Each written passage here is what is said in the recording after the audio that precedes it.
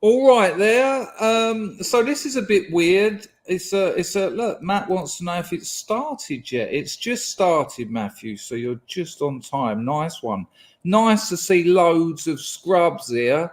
Um, I'm not doing. You don't need to be a member to watch live streams anymore, but you can still be a member to support the channel because that's handy.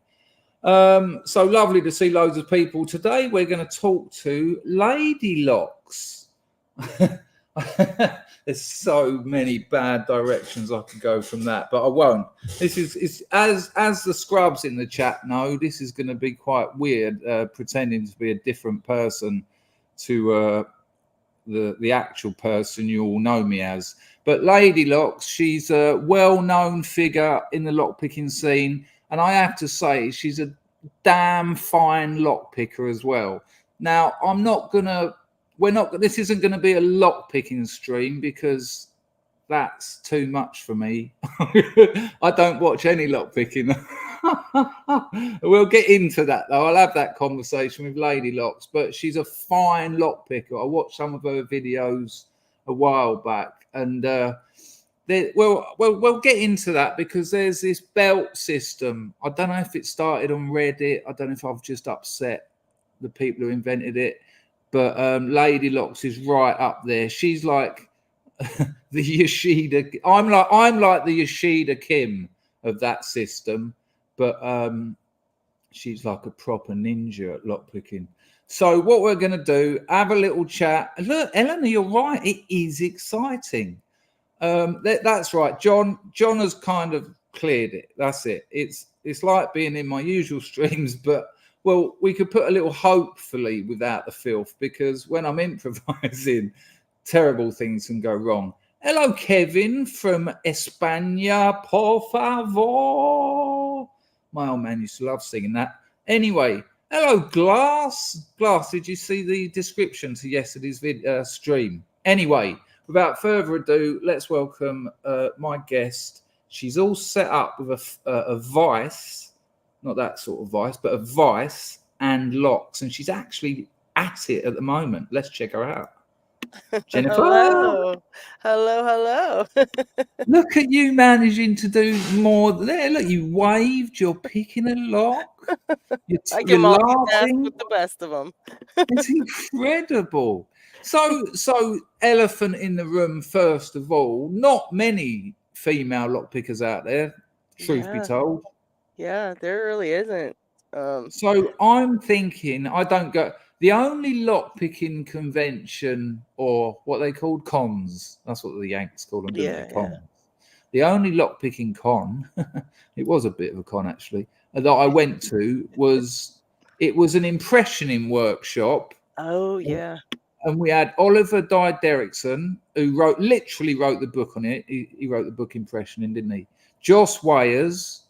And weirdly, Joss sort of gets all the credit as being the master, but I think Ollie just doesn't shout about it as much. I think Ollie's the true master. It was lovely, though. UK Bump Keys set it up. This was about 10 years ago. About 40 people turned up. It was all free. There was a buffet. Oh, wow.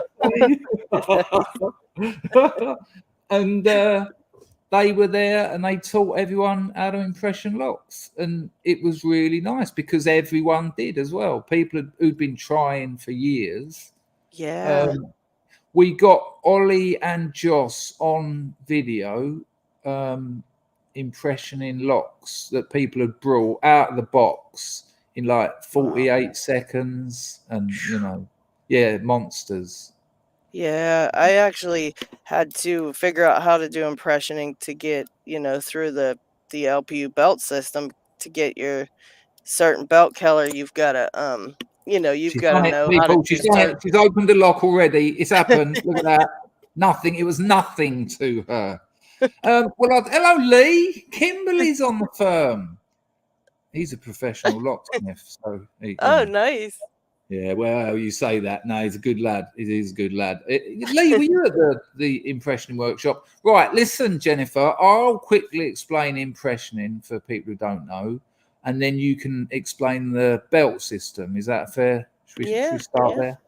All right. So for people who don't know, lock impressioning, which is weird. I think you should say impressioning locks, but Yeah. tomato. You get a blank key. It has to be the right blank for that lock. You put it in the lock, and you can there's special tools, but you can use a pair of pliers. You can use some mole grips, and then you just wiggle it a bit. It's a slightly more complicated than that, but that's the essential basics. And then when you pull it out, because of the wiggling, the pins will bind, and then they will scratch little impressions on the key. Now, when I say little impressions, anyone who's ever tried it is cracking up, because a a microscope would be handy sometimes, because you're tilting this key in the light, and when you're my age, you're holding it about a meter away from your. Exactly. I feel your pain there. It's ridiculous. It's ridiculous.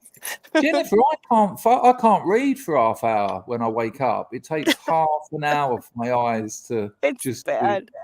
It's just shocking, isn't it? I wear glasses, and it's still, to doing that impressioning, I couldn't see a damn thing. I was using one of those jeweler's loops, That's to it. like really look at this stuff, and even then, it was the most horrifying thing I ever tried in locksport was What? impressioning. I just What? did not like. Yeah, I think a lot of people are like, what belt is the impression in, or is it?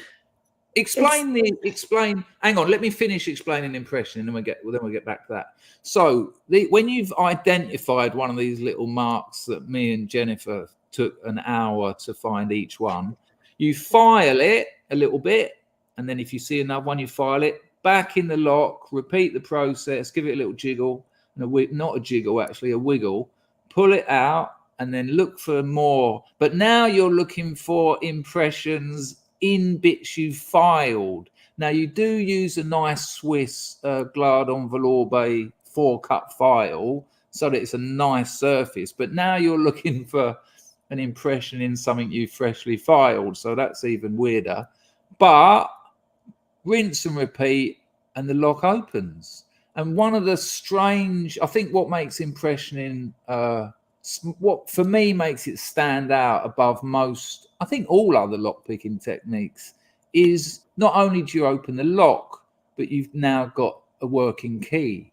If you pick a lock, you bypass a lock, bump a lock, all that lot, you still haven't got a key. But if you impression a lock, and as I just said to Jennifer, when we had Ollie and Joss, Ollie and Joss are the masters of impressioning. Seriously, they were impressioning locks out of the box in under sort of 50 seconds in front of like 40, 50 of us. It was quite something, especially when my record at the time was about an hour and 40 minutes.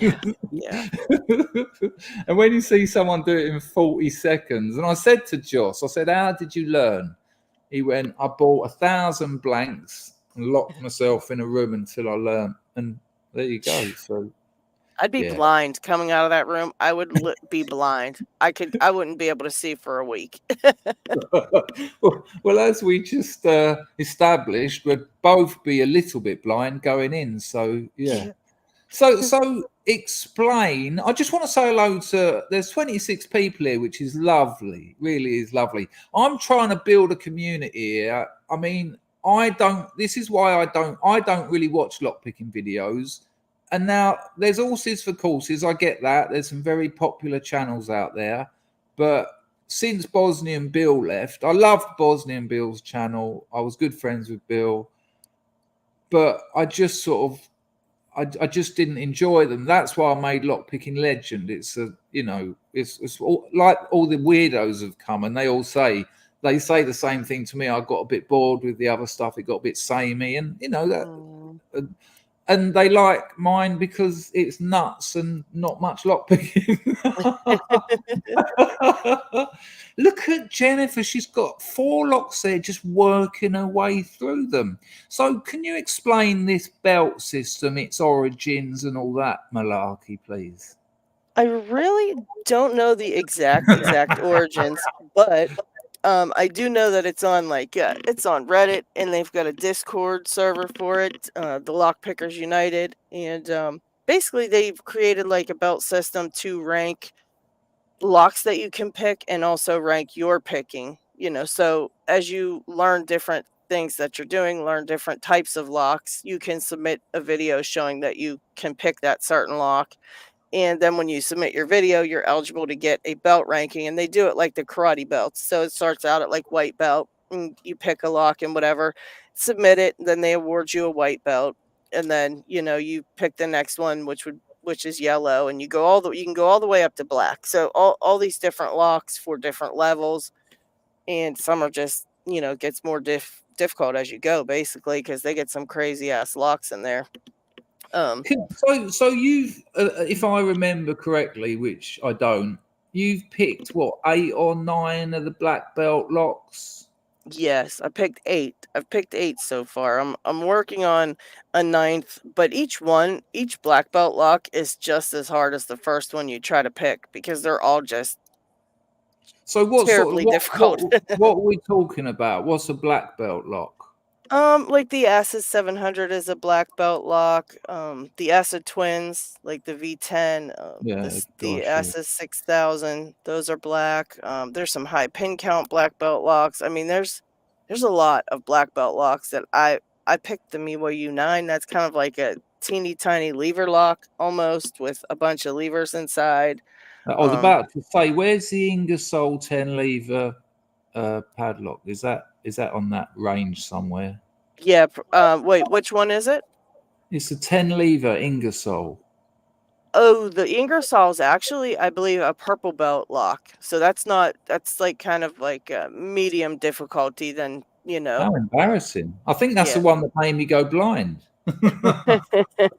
Yeah, those are really hard to pick. I've not picked one yet. I have one. I think I lent it to somebody, so it's missing at the moment, but I've not been able to pick that one either. And I've picked other locks that are like higher ranked, but every lock's hard. Every lock's hard to pick in its own way. So, I mean, the ranking is cool because it gives you some direction, like as you're going to to get locks that are harder to pick so you kind of get your skills up, but yeah, I and think then it's like nice. It's a nice sort of way of motivating people, and again, building communities. I quite like. I want. I think the way the world's going, I think online communities are important. People don't tend to meet up like they used to. Certainly not yeah, where I come from, anyway. So that's a purple, is it? I feel a little bit disappointed. I yeah. thought I But was like gonna. I said, a lot of people can't pick that one because it's really hard to pick. I mean, it's a tough one to pick, and there's a lot Well, of it people who can't took me pick it. 7 years. Purple, hey, you know what? And honestly, like I said, even like purple belt, that's those locks in that level are no joke either. I mean, locks are just hard to pick. Some are Well, just really super hard to pick. yeah, I mean, I'm not getting at the system. I like it. I like the whole idea. I like people being able to submit videos, and it's nice. You get a good buzz. Yeah, I've gone up one, but I've got a 2.5 quid lock that someone shoplifted and sold to me for £1, and it's Oh, it's one of those locks you'd think you could shake open, but yeah, there's something about it. I mean, I can pick it, but it's something weird. I've never gutted it. I don't really gut locks, but I just there's something that makes it really difficult for me. I just, the yeah, bit in. I think one of the pins might have some kind of accidental security feature. Do you know what I mean? Something that hasn't been designed before. They just chopped a bit off it, because every time I set the fourth pin, that second one goes. Yeah, I'm jumping back out again. yeah. I have a couple in there that I call them cursed because I just can't open them.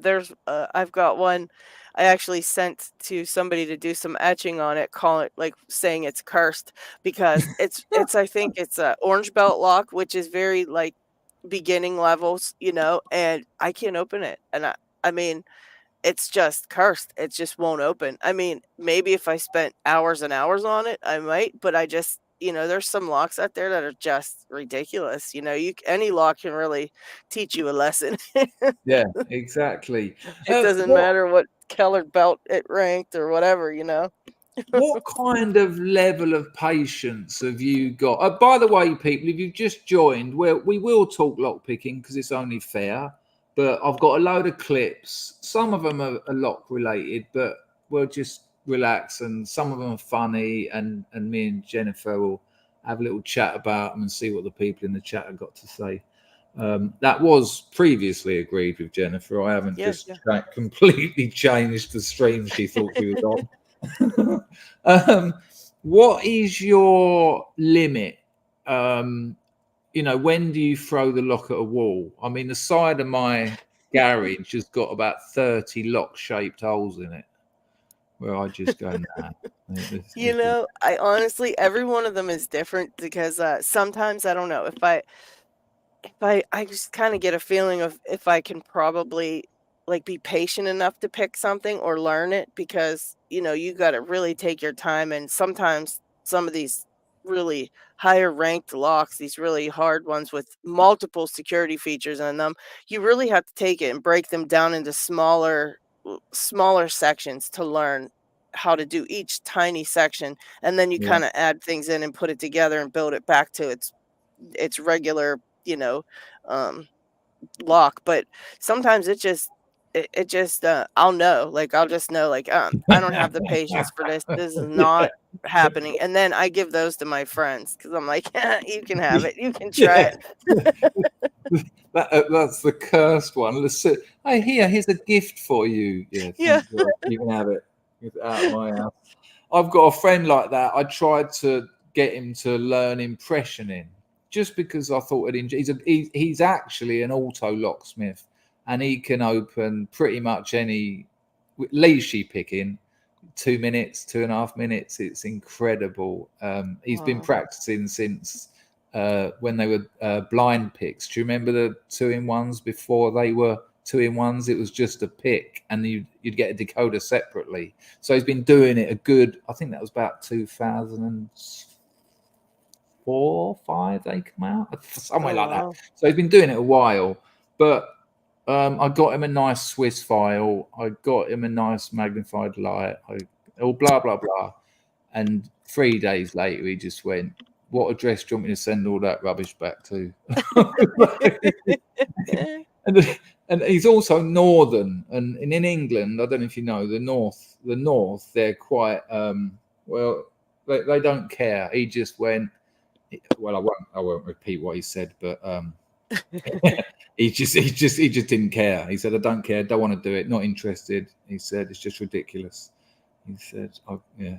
So, Yeah, I think it takes a special patience to do impressioning, and uh do you do it though? Do you give it a go occasionally? you know what? Once I did it for my belt, because that's the thing. It's not really like a ranked thing in locksport, but if you learn like maybe how to impression a 4-pin standard pin lock, that's like they call that, they give it different tiers. So it's like tier 1, and then you have to have like a tier 2 extra skill for your black belt. You need a couple of them. So that was one of the ones that I did for that, and I worked all the way up till I got to the tier 2, which is the 5-pin lock, and once I got it, I was like, I thought I was gonna try to keep learning it because I thought it was something I really wanted to know how to do. Because, like Yeah. you said, it's really neat, it's really cool that you can actually make a key that works when you have no idea what's even going on in there. So I really something I wanted to continue to do, but I just got so frustrated because I just have a really hard time seeing that stuff, and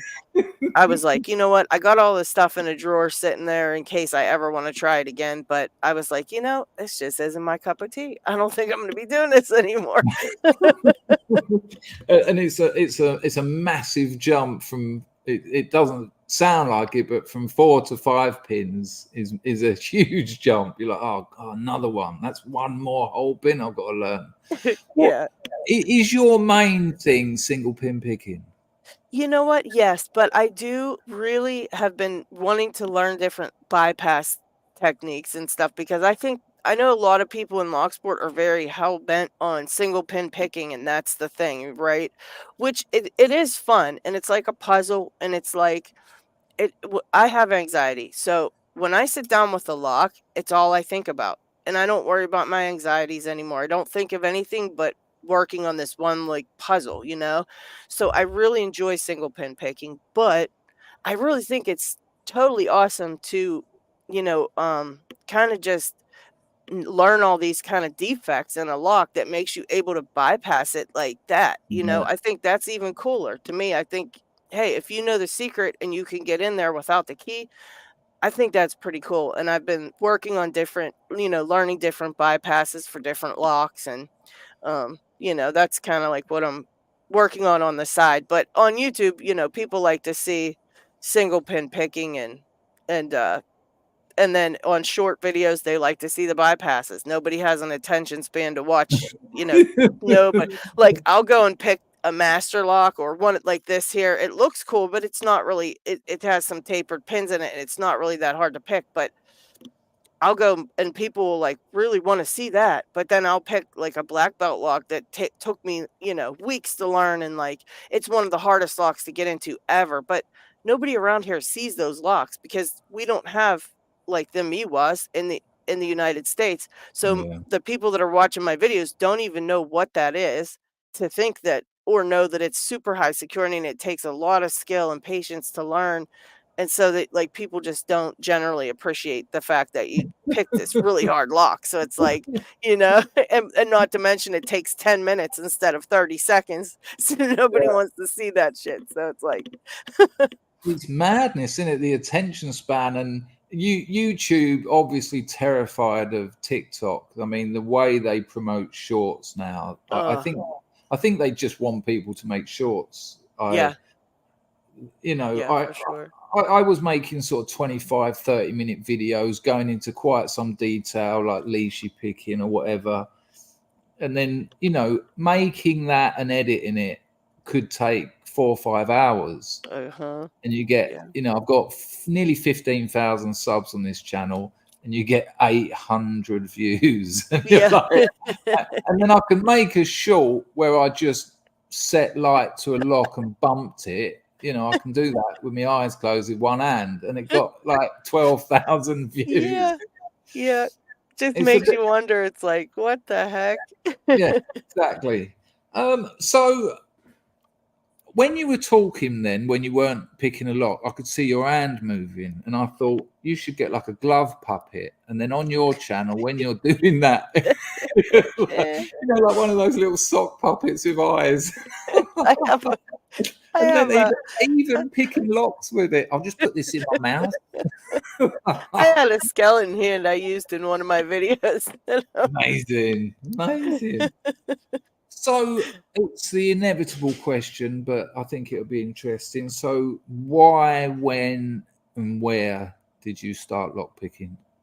Oh, well, I actually didn't even realize that locks could be picked like that other than in movies and stuff that I thought, that must be like spies and highly trained government officials are the only people that can do that kind of stuff. And, I thought it was just crazy. So then I happened to get a video come across my YouTube with this survivalist guy talking about how you should at least know how to pick a master lock, like a laminated padlock with a paper clip, should Yeah. anything go down in the world. And I'm going, yeah, nobody can do that. Come on, And then he goes and does it, and I'm like, that's so fake, like that's so impossible. There's no way. So I go up the store because I'm such an a-hole. I'm like, I'm gonna prove that there's no way people can do this. This got to be a lie. And I go up the store, get myself the master lock, come home, bend up a bunch of paper clips, and sure enough, I did it. And I was like, you got to be shitting me. Yeah. And Yeah. then from there, I was like, well, I think I might want to try to learn how to actually pick a lock, because if it's that, if it's all that, because I thought it was like crazy stuff you had to know how to do, and I just never knew what it took, never thought to even look into it. But then after that, I kind of got interested, and once you When get that first open, it's like Yeah. you If just you gotta if keep it doing if it. it if you get that buzz off that first one, you're never gonna stop. Yeah, You're just stuck then. yeah. And I apologize if I've inspired anyone to ruin their life in that direction. Me and my brother, we used to make a lot of prank phone calls when my mum and dad went out, and this is the old dial-up phones. And when the phone bill come through, obviously they were like, "What?" And they knew it was us. They hadn't made £300 worth of phone calls. At the time, that was about $500 in 1982. Yeah. So they put a lock on the phone, and I thought, I'm not having that. And like with you, I'd seen lock picking in movies, and weirdly, they never seem to need a tension wrench, which is a sort of a movie trope. Just put that pick gun in, and the lock opens. Amazing. But I had a pair of, well, they weren't mine because I was like 7, but my mum had a pair of toenail clippers, and it has that rather vulgar thing that you slide out that I think you're meant to scrape the gunk from under your nails. That's what it is, isn't it? That is what it is. So, yeah. But it was. I'm not pretending to have like some amazing idiot savant. Well, I'm certainly an idiot, but I haven't got the savant bit. But I knew it looked a bit like the key, so I put it in this lock, and what I now know as jiggling, I jiggled it, and I just sort of give it a little wiggle and a jiggle, and wow, when that thing turned, I just said to my brother, "It's open, it's open." And we turned the sofa around, pushed it up against the window, and the bloke across the road had a mobile hairdresser. We ordered him 2 skips, a couple of pizzas. We were back on it. It was great. So never really stopped after then. Right. What I'm going to do now. Hello, Charles Watt. If you say hello, I'll say hello. Flo says, I did the same with a Sentry safe and a paperclip. Yeah, Nice. those Sentry safes. All of those hotel safes make me laugh. I mean, when I now that you know what once you learn like what it takes to do that stuff, it's a lot of that stuff is just laughable, and you're just I ran outside and looked at the locks on my door because I never thought of that before, and I was like, "What the hell?" And I said, "That cannot be that easy." Like once I got I think it was like a quick set or something, and it was like my 3rd day of picking, and I opened it and I was like, "This is what people use on their doors?" And I just learned this like a day ago. What the hell?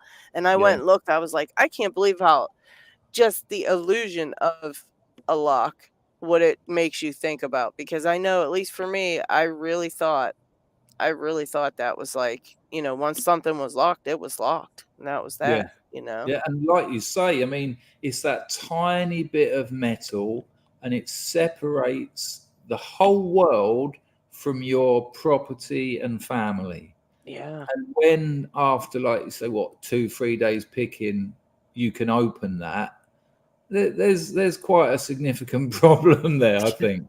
I had Mark Tobias, who's a real lock-picking legend. I mean, he lectures about it at Cambridge University in Oxford. He's just released a new book, and it's called Insecurity Engineering.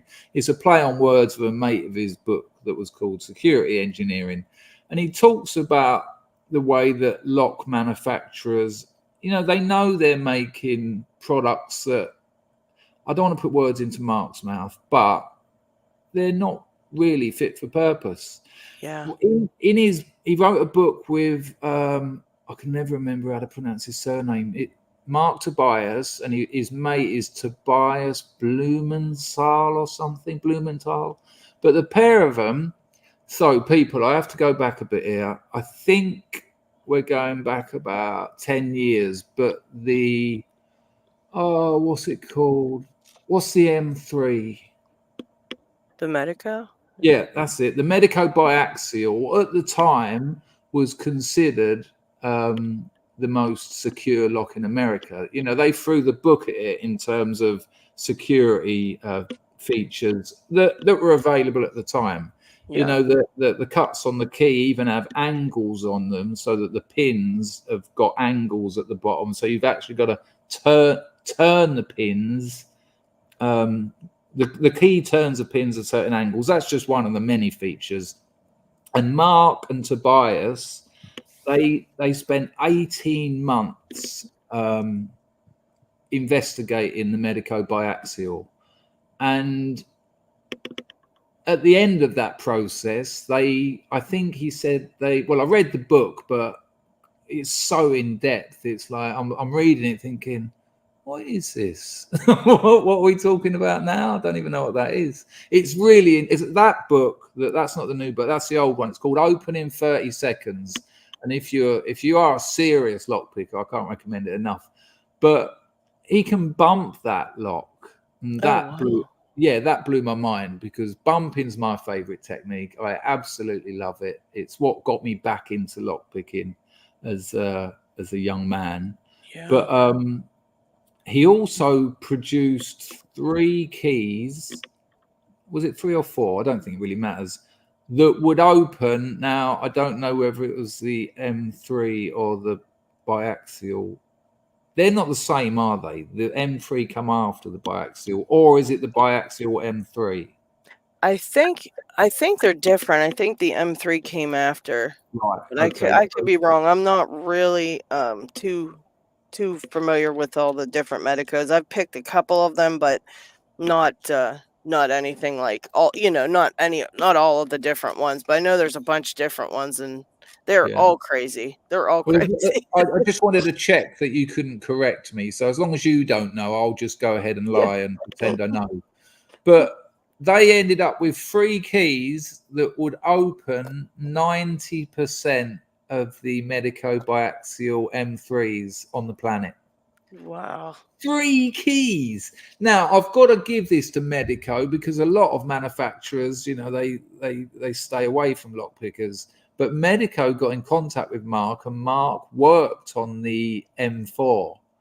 He said, Oh, okay. these are your problems. And I think that's a bit of respect to Medico for that, Yeah. because they acknowledged that there was problems, Yeah, because and not a lot of them do. Not a lot of them do at all. well, years ago, I bumped, what was it? A Garrison? No, it might have been a multi lock, sorry, pin in pin. And they put on the video. This was in 2007. They said words. I don't want to implicate myself and end up in court, but words to the effect of, "This lock has been rigged. You can't bump this lock." And I emailed them and said, "Let's meet up. You bring the lock, I'll bring the bump key." And they didn't get back to me. So, you know, I bumped a lock the other week, and I made a short, and I thought, this is going to be incredible. People will love this. It might have been a Garrison, which isn't a hard lock to pick, but with 7 pins, those extra Hmm. pins exponentially make bumping harder. Oh And I yeah. thought, oh, people will love this. 2,000 views. Thanks. Cheers. Yeah. Um, so, um, so someone showed you the picking a lock with a bobby pin. For my English viewers, that is a paper clip, I think. Is it? Yeah. Well, a bobby pin is a thing for the hair, and a paper clip's the ones you use on the, like, just your papers or whatever. But poor people would use a paper clip in their hair. Yeah, true. True. There you go. So, True. so we were both right. I think we're getting on well, Jen. What's the other one? What's a Q-tip? Is that a cotton bud? Yeah, that's a little yeah, that's one of those things that has the cotton on both ends. That was amazing. You paused them because you realised you didn't want to go down the route that said it's one of those things you pull that stuff out your ear with. You went, Yeah, the that's one ear of cleaners, or those. you can take makeup off with those, or There you go. That's it. You tidied it up a bit. Right. So, why did you? Was it just the buzz, and you thought, I'm gonna get? When was this, Jennifer? What kind of year are we talking when you Mm, started at? When did you it's buy a pick set, for instance? about this was about 2 years ago. Bought Way. Yeah, I bought the picks right after that, like literally right after that, because I was like, this is so cool. I don't want to do this with uh paper clips. I want real lock picks, And then of course I went, the only place I knew of at the time was, like, I checked Amazon first and got the cheapest Amazon set that was on, Yeah, yeah, the cheapest set ever. But I'll tell you what, they worked for a while. They yeah. worked for a while until I realized there's like a whole community of lock pickers, and I could find all kind of stuff from there was actual places that sold lockpicks to anybody. So then of course I started buying lockpicks and stuff, but real nicer ones, not the Amazon ones, but they worked I for a mean, while. I sometimes ask myself whether those Amazons, I know the sets you're talking about because Yep. they're everywhere, but I sometimes ask myself whether whether the effect is like what you had. So you bought it worked, it done what you wanted it to for a while. It was certainly an improvement from a paperclip or whatever. And then you moved on and looked around and found that there were manufacturers where you didn't have to get a snowman in your set, because that's just that as soon as you see that, you've been had. But I wonder whether it might put a lot of people off. Oh, I'm getting into lock picking, and you get it and you're like, oh man, I've been had. I Yeah. mean, Or you some of think them. it's you think, oh wait, well maybe I'm just not really good at this. You don't realize it could be the tools and that they're crappy tools, because you just sometimes you don't think about that part. You just think, wow, this is harder than I thought or whatever, but And that's the difference between me and you, because that would never be me. I always blame anyone or anything but me. But for 2 years, you're a eighth Dan black belt picker. well, no, I'm only a third Dan. That goes by the I don't know, they give certain points, like so many each lock gives you a certain amount of points if you pick it once you get to the black level. And for each Dan point, I guess you call it, Dan level or something, it's so many 100 points, so you have to pick so many for each Dan. But so basically it's just all, and also purple belt locks count and blue belt locks count, they give you points as well, so you just kind of move up the Dans that way. But yeah, I'm a third Dan, but yeah, I've picked 8 so far. But yeah. It's all getting terribly confusing for me Yeah, now. I just thought it's a bit confusing. It is a bit confusing for sure. I think it's fun to do the belt like system, but I don't think it should be taken that seriously, because, we all know a whole bunch of other things in locksport than just single pin picking locks, and somebody you know, might not even go try to do the belt system, but they are, a locksmith, and they know all kind of things and can do all kind of stuff, but just don't do the belt system. So it's like I think it's nice, but I don't think it's like everything. Yeah, I get you. I get you. Like I said at the beginning, I like the community aspect of it. That one of I've been in this game now for over 20 years, actually in the supply game. So what I mean, I still love lockpicking, but one of the more not interesting, that's the wrong word, but the people I've met over the years, a nice load of people who I would not have met if it wasn't for lockpicking. Yeah, People I for met on sure. forums and I built really good relationships with. There's a couple in the chat now, and I think as our civilizations become more and more atomized, anything to bring people together is a good thing. Hmm. Do they actually give you a belt and do you wear it on your finger? That would be cool, wouldn't it? Maybe I'll have to get a tattoo of that. That'd be funny as hell. I could get There you another ring go. tattoo with a belt. That's um, funny.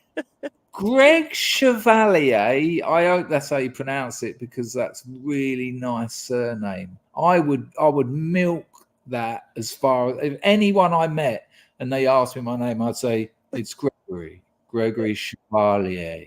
And then I'd just silently look at the floor like I was the last flaneur. Now, what you say there, Greg, I'm going to have to agree with, because although for people who don't know, the snowman, also known as the double ball pick, but I don't like talking about double balls in public. It's like it's two circles and the one on top smaller.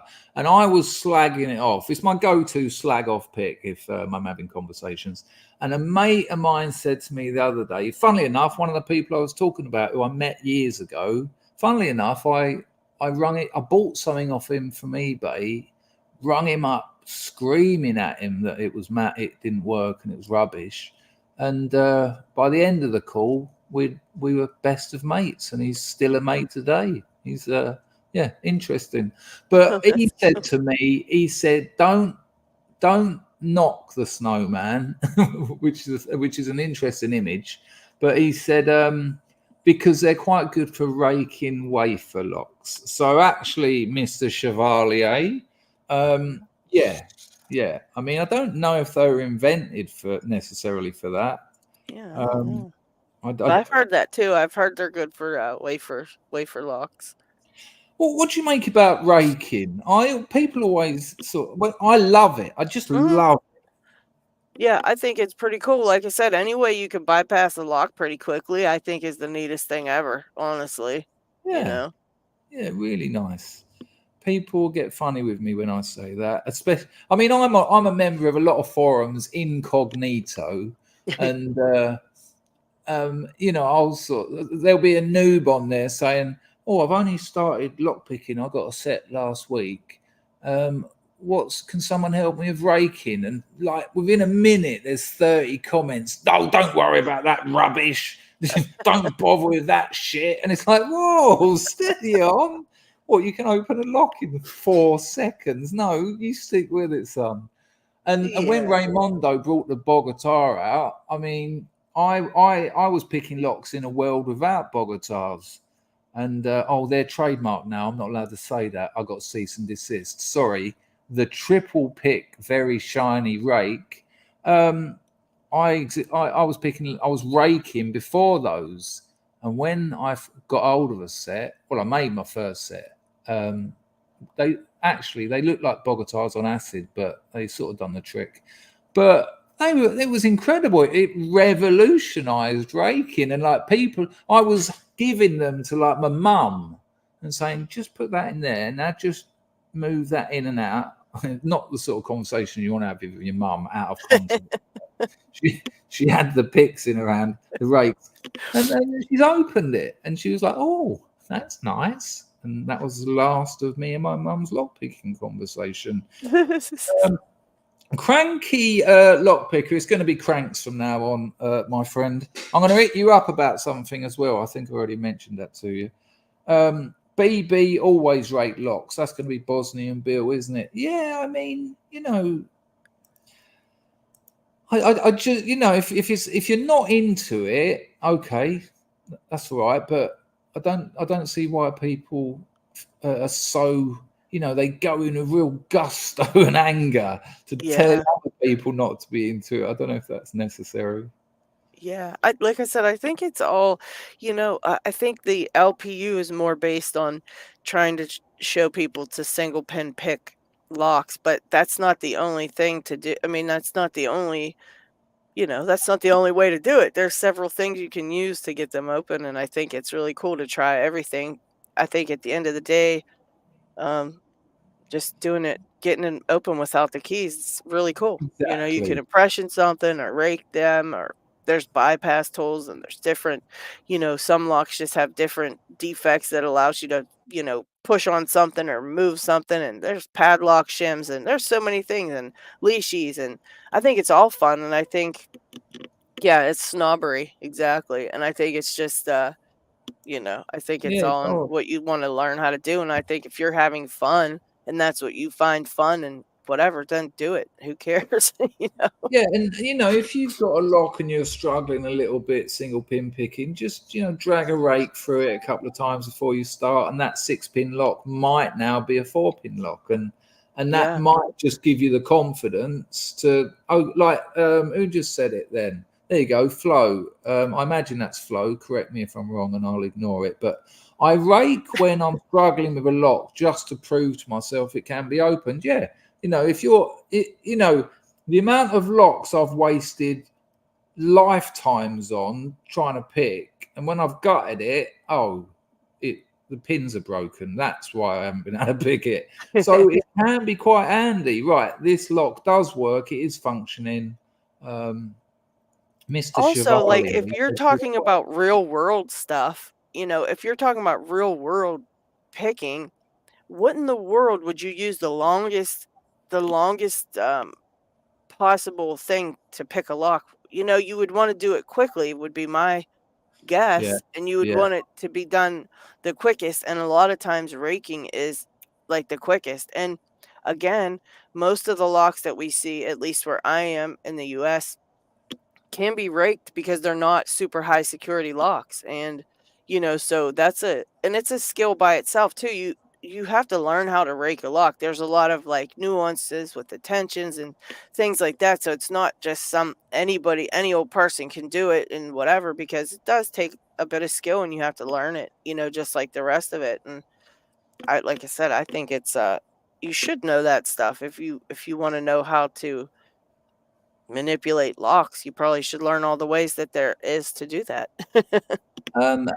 Jennifer, are you picking a lock off screen at the moment? Did the No, one no, device cause you problem? Are you making a cup of coffee now? What's going on here? no. I was just sitting here. I just didn't have anything to pick. I'm thinking of picking another lock, but don't know which one. This one's um, open though. I got this one already. do you know the Banham opposing pins lock? Mm-mm. Yeah, No, I I'll get a don't. very. This will. It won't take me long to find the video. It's very short, but it's a cutaway, but not on the usual cutaway axis. So you can Mm. actually see. It won't take me long. Well, it will take me long if I keep saying it won't take me long because I can't type and talk. So. Yeah, Right, let's hang see. on. How many locks have you picked while we've been talking? Um, a few. Let's see. 1, 2, 3, 4, 5, 7. Just showing off, people. She's a black belt though, so you know. Right, so I won't play the audio of this because it's pointless. But let me just move it. I just want you to see the lock. I'll give you a little bit of in advance. So instead of having a pin stack of 2 pins that come down into the core, the pins are opposed. So you've got 1 pin each side in the core. Mm. And on top of that, this will all make sense in a moment when I show you the video. But on top of that, you don't pick the pin that's binding. You pick the opposite one. Yeah, it's a cracking lock. But Oh yeah, wow. let me just. I might play a bit of the video, but I can't remember exactly what nonsense I say. But you'll see it and you'll get the idea. So here we go. Share screen. Do that. So the lock, as you can see, has been cut in half. But Oh wow. so if it hadn't have been cut in half, you'd see the keyway. It's a dimple lock. You'll see the key in a minute. So I'll just let it run. I'll mute myself for lack of echoes. If it starts skipping, people, that's me skipping so that you don't have to watch loads of rubbish, and I'll just get you to the juicy bits. Hang on a minute. Can you see that? And this one is not binding. The one on the right you could call overset. The one on the left, underset.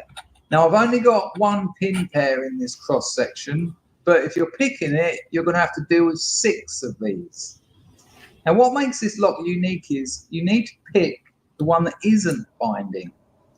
Just to explain that, if you're making a demonstration video like this, there's no point having all 6 pin stacks in it because, you know, to get to the bit where the audience can see, I'd have to pick all of them and it would be a 3-hour video. So, you know, and it's so frustrating, Jennifer, because people in the chat who aren't lock pickers, they're like, now try doing it with 6 pins. And you're like, why? What? So you can't see me pick 5 of them? God's sake. Anyway, wait till you see the key, though, because that'll blow your mind. Here we go. Which is the one on the left. And when you release a bit of tension, the one on the right comes in and you can turn it. And it's come out again. Pop that in. So whereas you're used to picking the binding pin with the Banham dimple. Yeah, that's just chat now. I want you to see the key, because then you'll probably get a bit of a better idea of how it works. Hang on. Does the patent help? Oh my gosh. There you go. That's sorted that out. Okay. Wow. Right. Let me show that. Right. That's the key. Now, Oh my. you don't get a lot of dimple locks in America, I think.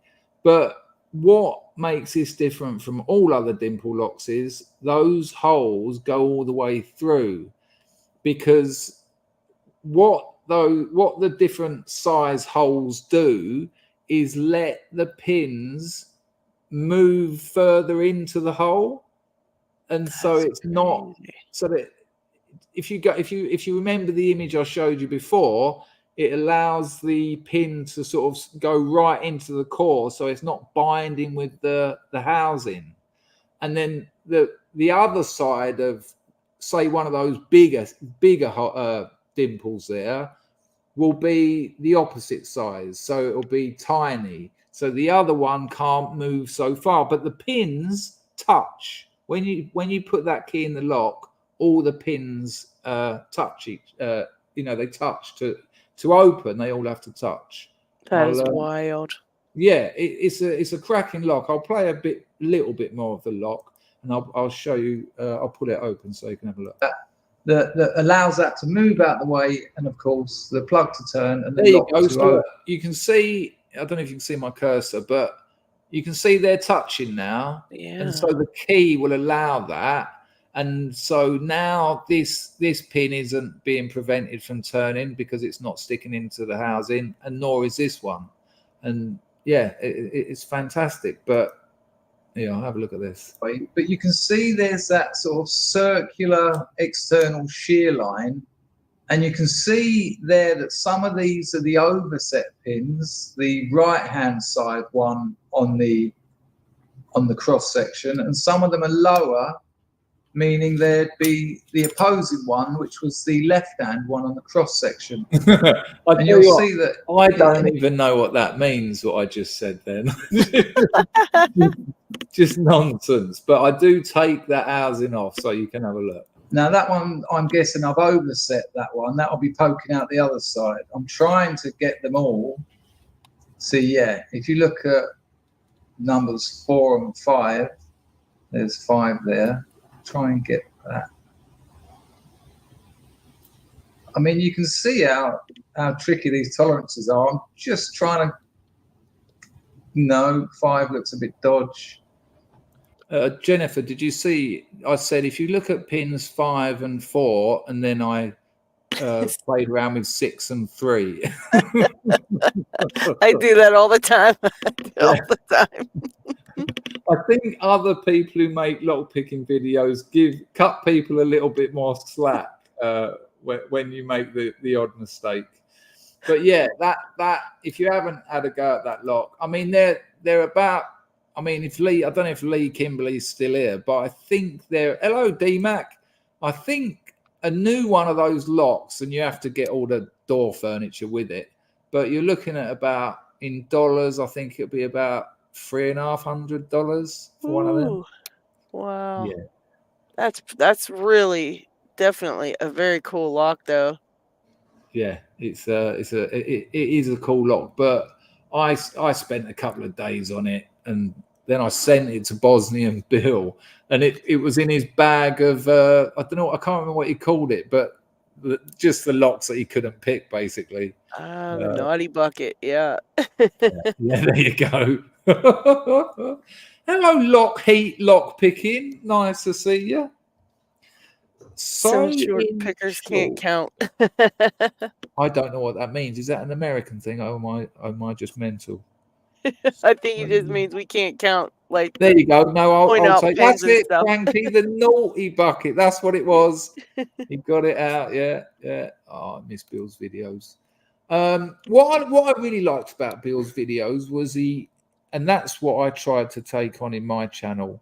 When it goes wrong, when you can't pick it, you just can't do it, or you've got the technique wrong, because I think a lot of channels, especially for new people, they watch them, and people are very skilled. They've been doing it a long time, and they see it. They buy some, they might buy a nice set of picks, and it's very different. That first time, you don't really know what you're doing, and I liked Bill because he was like, that's why it didn't work. Because and it'd be something really basic, like I've got the lock up the wrong way or something.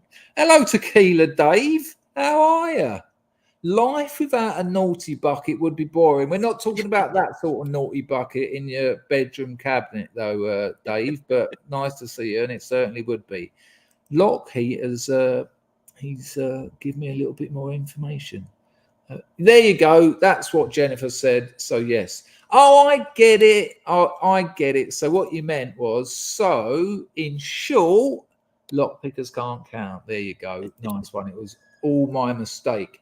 Right. Check this out, Jennifer. This is when it starts. This is when it goes into mad overdrive. Let's get them a bit bigger.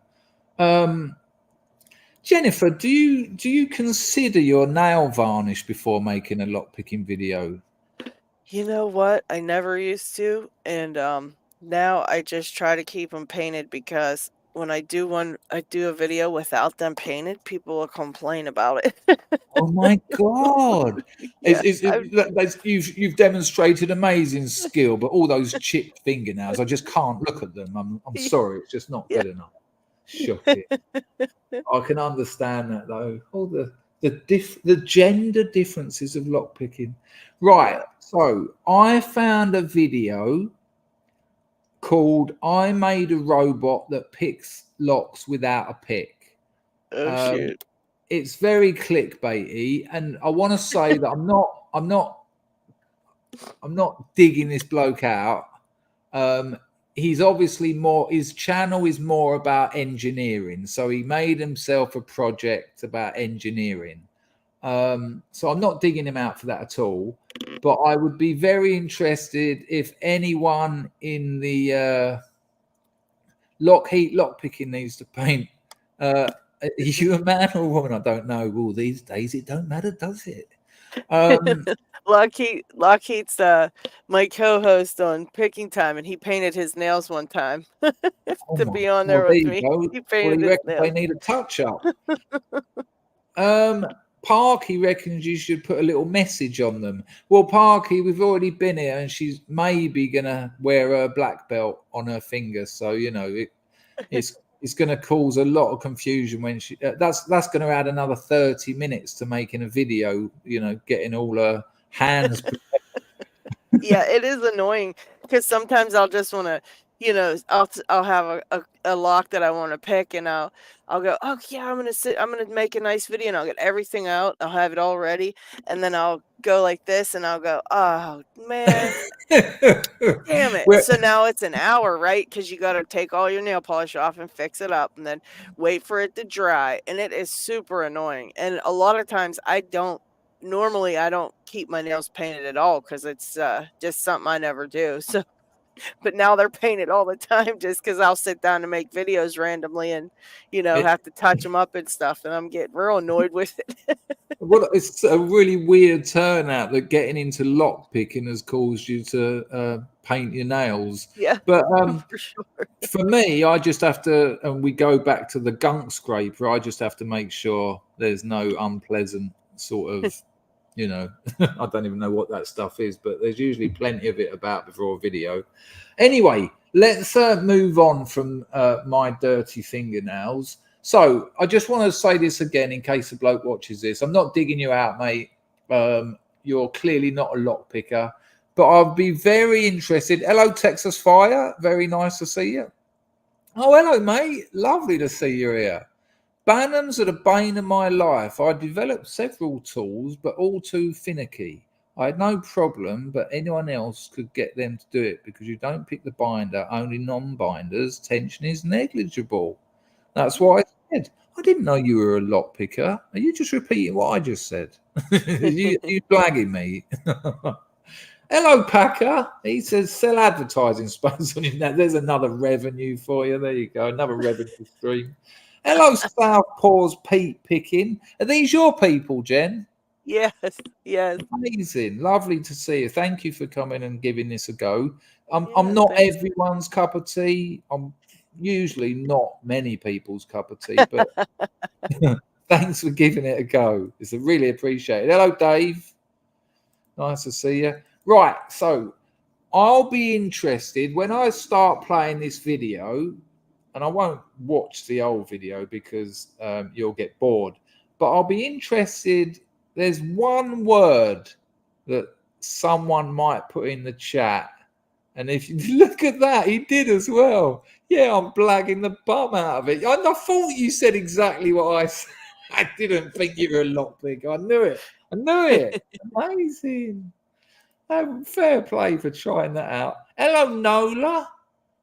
How y'all doing today? Yeah, y'all doing all right, I guess. Can't speak for everyone else. Exactly. Lord knows why. I really don't know why.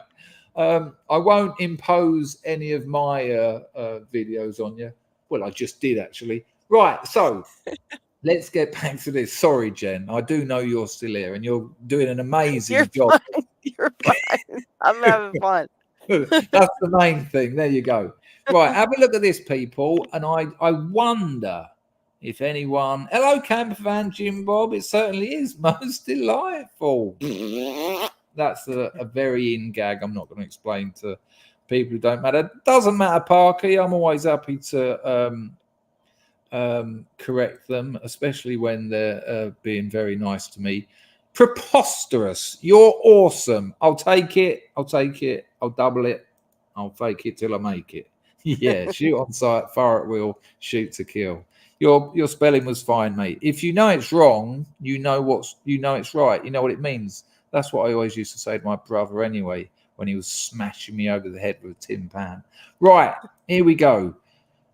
I really want someone in the chat to call this before I do. So I've built it up and now it's going to not perform. Check this out. All right, we've got the audio on. And again, I'm not digging this bloke out. He's not a lock picker. It's a channel about engineering. So here we go. Let me know you can hear it because sometimes I fuck that up and, well, you can't hear it. This is version 2 of my lockpick robot, and it's about to pick a lock using hardened steel wires, 6-stepper motors, and about 1.5% of my life.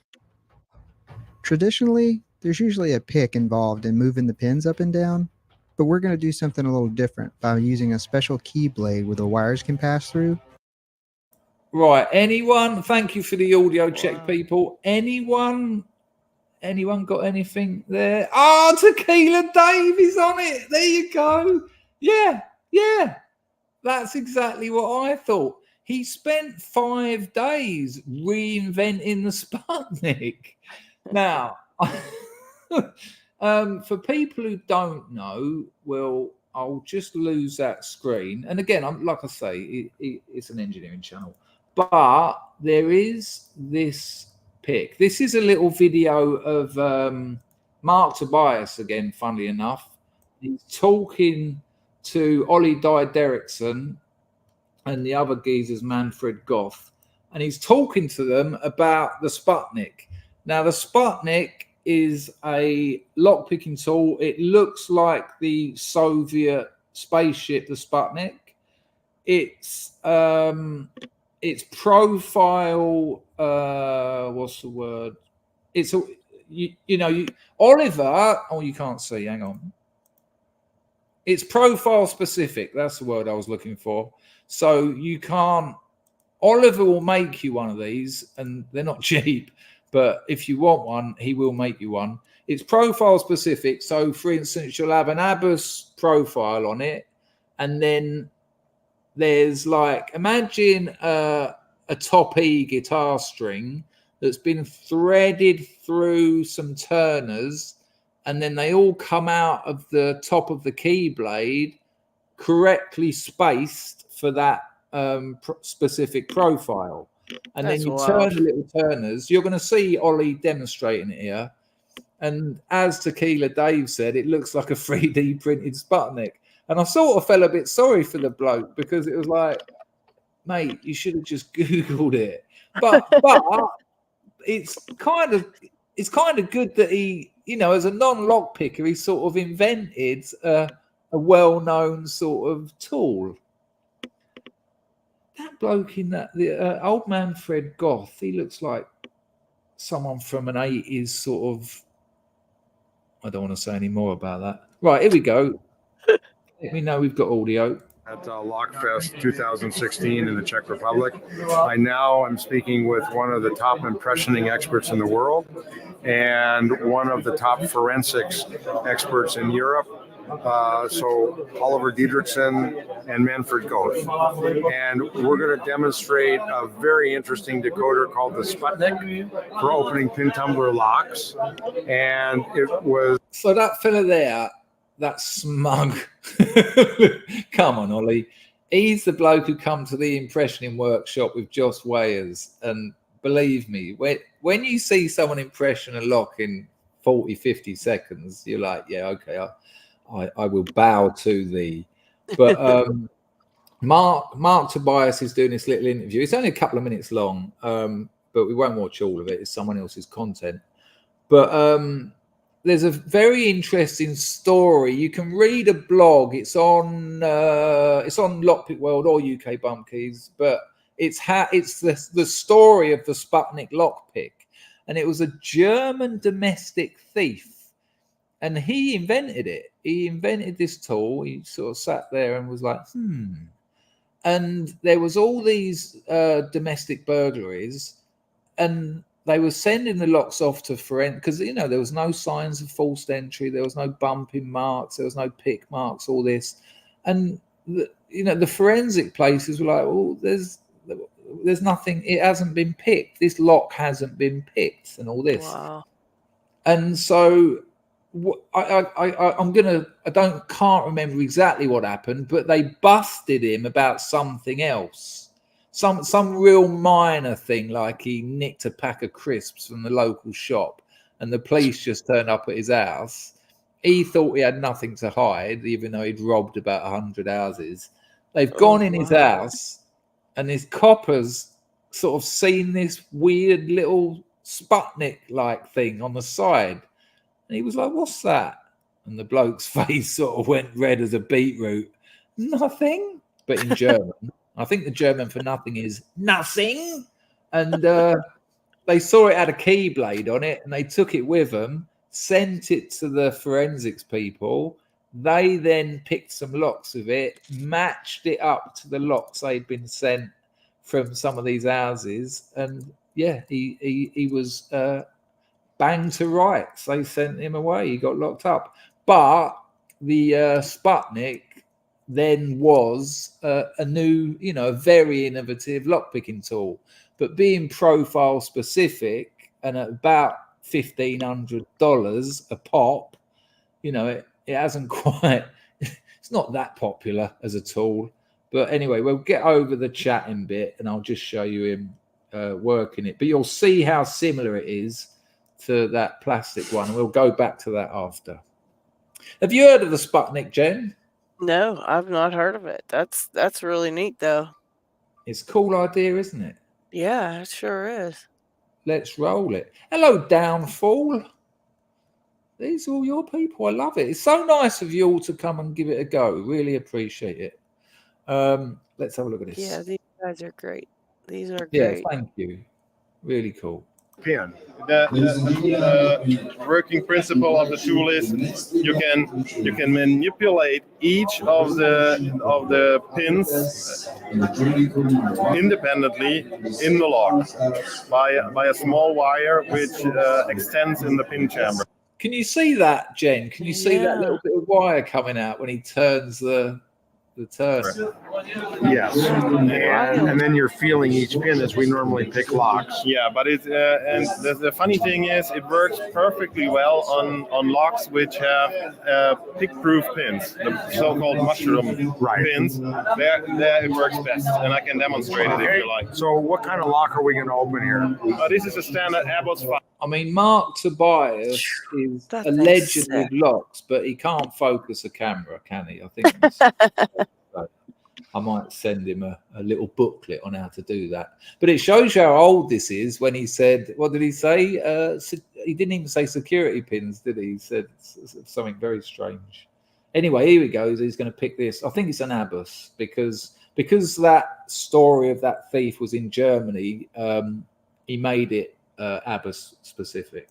5-pin, and it's a very, very common lock in Germany. We have millions and millions and millions, and I was gonna demonstrate And it. this is not a specially set up lock, no special combination. Just out of the box. It does not matter which combination. So you just insert the tool, and now I start the picking process. You do it one by one.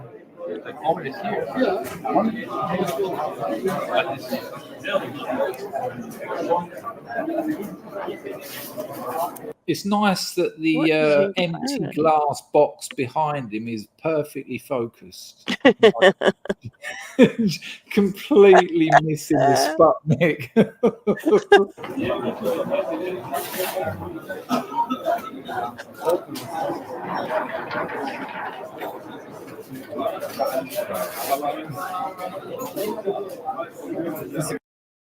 Well, there you go. There's only so long I can watch a bloke. Why am I not understanding? Why is he turning that back and forth like that? Isn't he tensioning it? What the hell is he doing? It's that's weird. I don't know. If anyone in the chat knows, I mean, well, I think he said mushrooms, didn't he? But I don't think he said security pins. There was something strange. But well, let's try and work it out, Jen. Let's try. Why would he? I mean, that's almost like impressioning, isn't it? Yeah. I mean, he keeps when tensioning it, but then he keeps dropping it back, like dropping the tension again. Oh, it's wild. You'd think he'd hold it steady. Yeah. Well, I didn't because I've seen the video, but you would think that, wouldn't you? Yeah. Oh, it's pretty wild. Imagine, because he's so delicately going up in the heights, it's just a question of once it's set, it's just going to set. It doesn't matter. Oh, you know what? I see. He's setting each one as he goes, and then he locks it in. He's locking it in and then moving to the next thing. Okay. Wow. There you go. Beautiful, so it pretty much impressions itself into a. Okay, that's pretty cool. Oh, I see what you're saying. So now, because when you say he's locked in the turners, so that's now when that comes out, will he be able to take it out? I wonder. Yeah, he's like locking each. He's doing each one at a time, and then once he gets it to the right thing, he's locking it into that spot so it stays up that high, and then he goes to the next one and he does it, and then when it finally gets to the right spot, he locks it in. And then the next one and next one.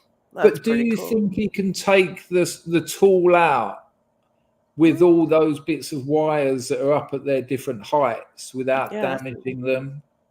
That's a good question. Because that would be cool, because then he can, use it again as a key. Right. But anyway, so we'll go back to the bloke who clearly hasn't seen the Sputnik. But fair play to him, he has made his robot.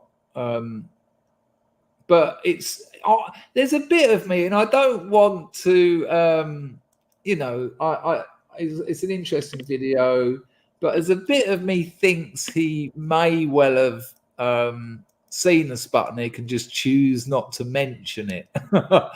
Now, I know that might sound a bit suspicious, but Jennifer, watch this next bit.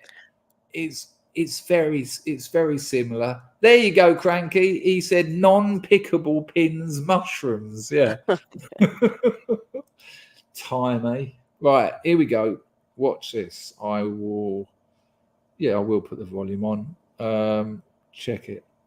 I think this is a little bit too similar to, although, you know, because the logic is, anyway, let's play the fucking video. Here we go.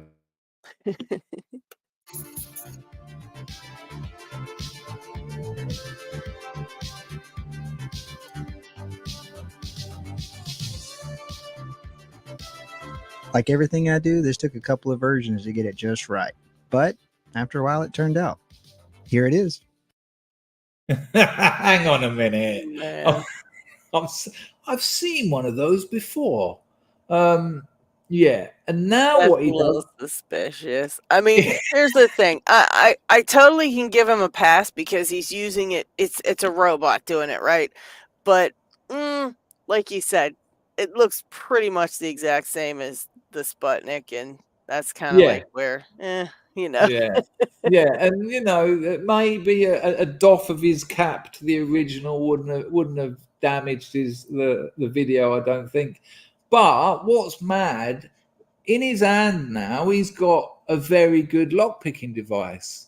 Yeah. But he now spends a couple of weeks trying to make it as difficult to use as possible.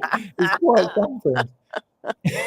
Here he is picking a lock with it. I get it that he wants to automate it, but he's got a little that looks like a sparrow's cutaway, doesn't it? But Yeah, look, it sure does. it's just a spot. Let's see how it does. So I sped this footage up so you don't have to watch me learn how to use the tool for the first time, but you can see it didn't take very long. It actually took about 30 seconds to pick this lock.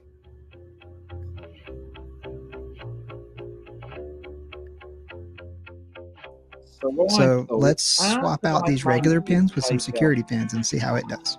A hell of a lot longer. So he messes around with some serrateds and some spools, but this is where it gets absolutely nuts. Look what he's done to it. That's crazy. Holy crap. I'll put a link in the chat so you can watch it, people, in your own time, because he is quite a funny bloke, but he built it and he realized the motors weren't strong enough, so he had to take the whole thing apart and put bigger motors in it, and you can hear him. He's just so like, oh god, this is just so boring. But let me get it to the bit where it's actually I think this might be it. It's usually the end, isn't it? Let's see if we can actually see it.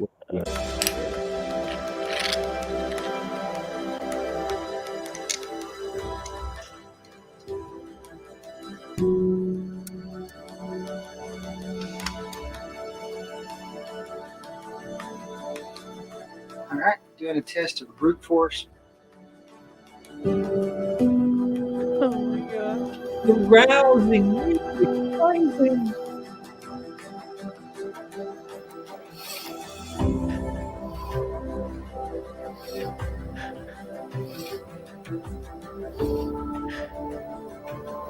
In fairness, that doesn't look that different from me single pin picking.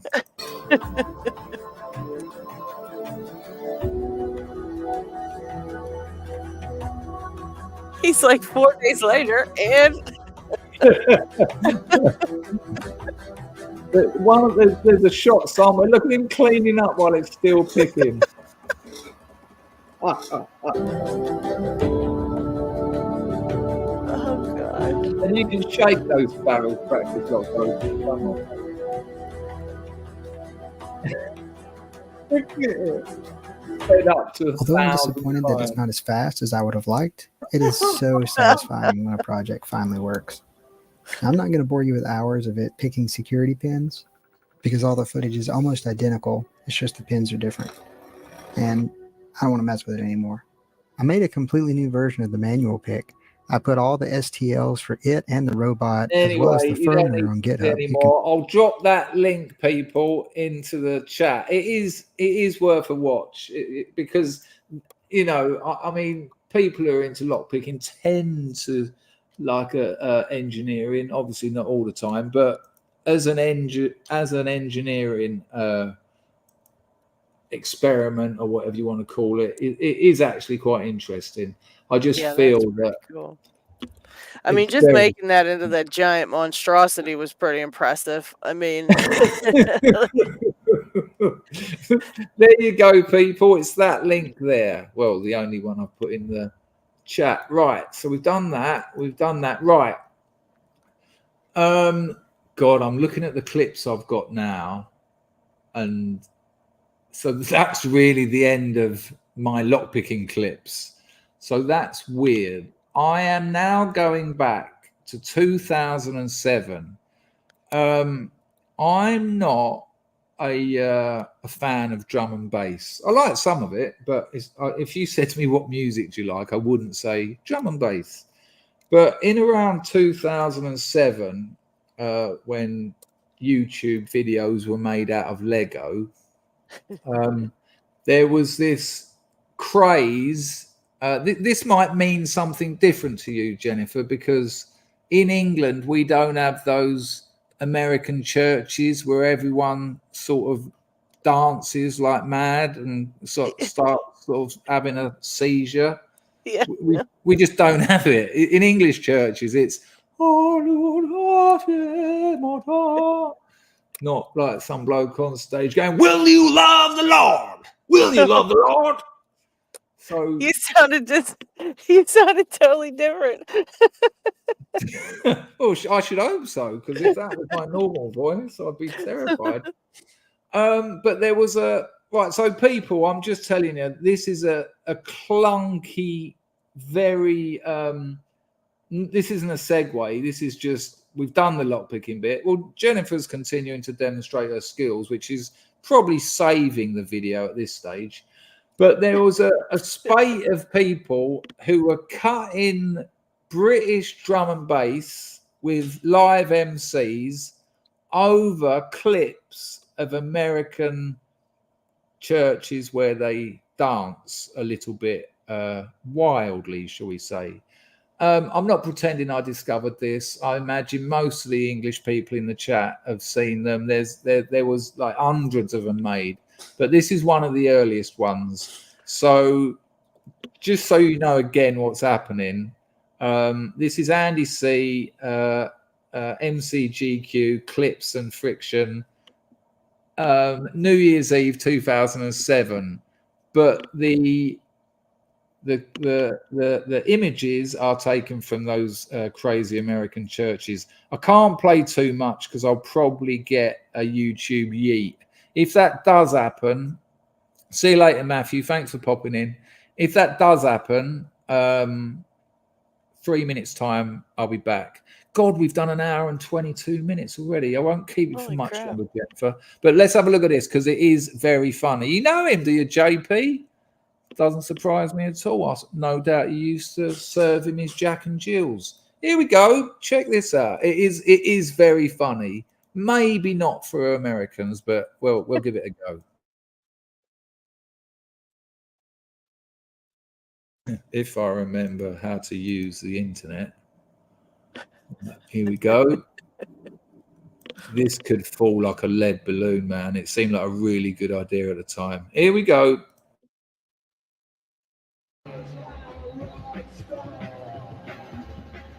Give it time, people.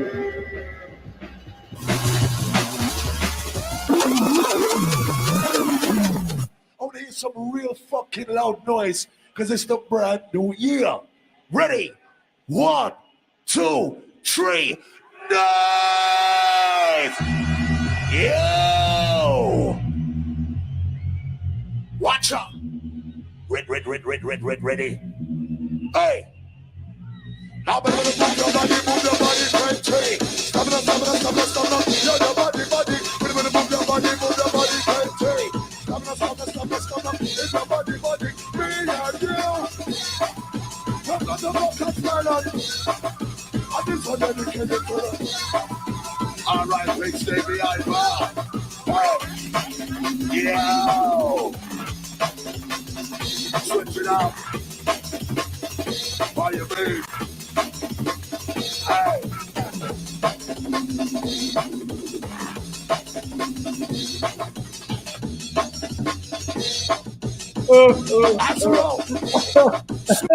What'd you make of that, Jenny? Man, I've never seen I've never been to any of those types of services, so I've never seen dancing like that in church, but holy cow.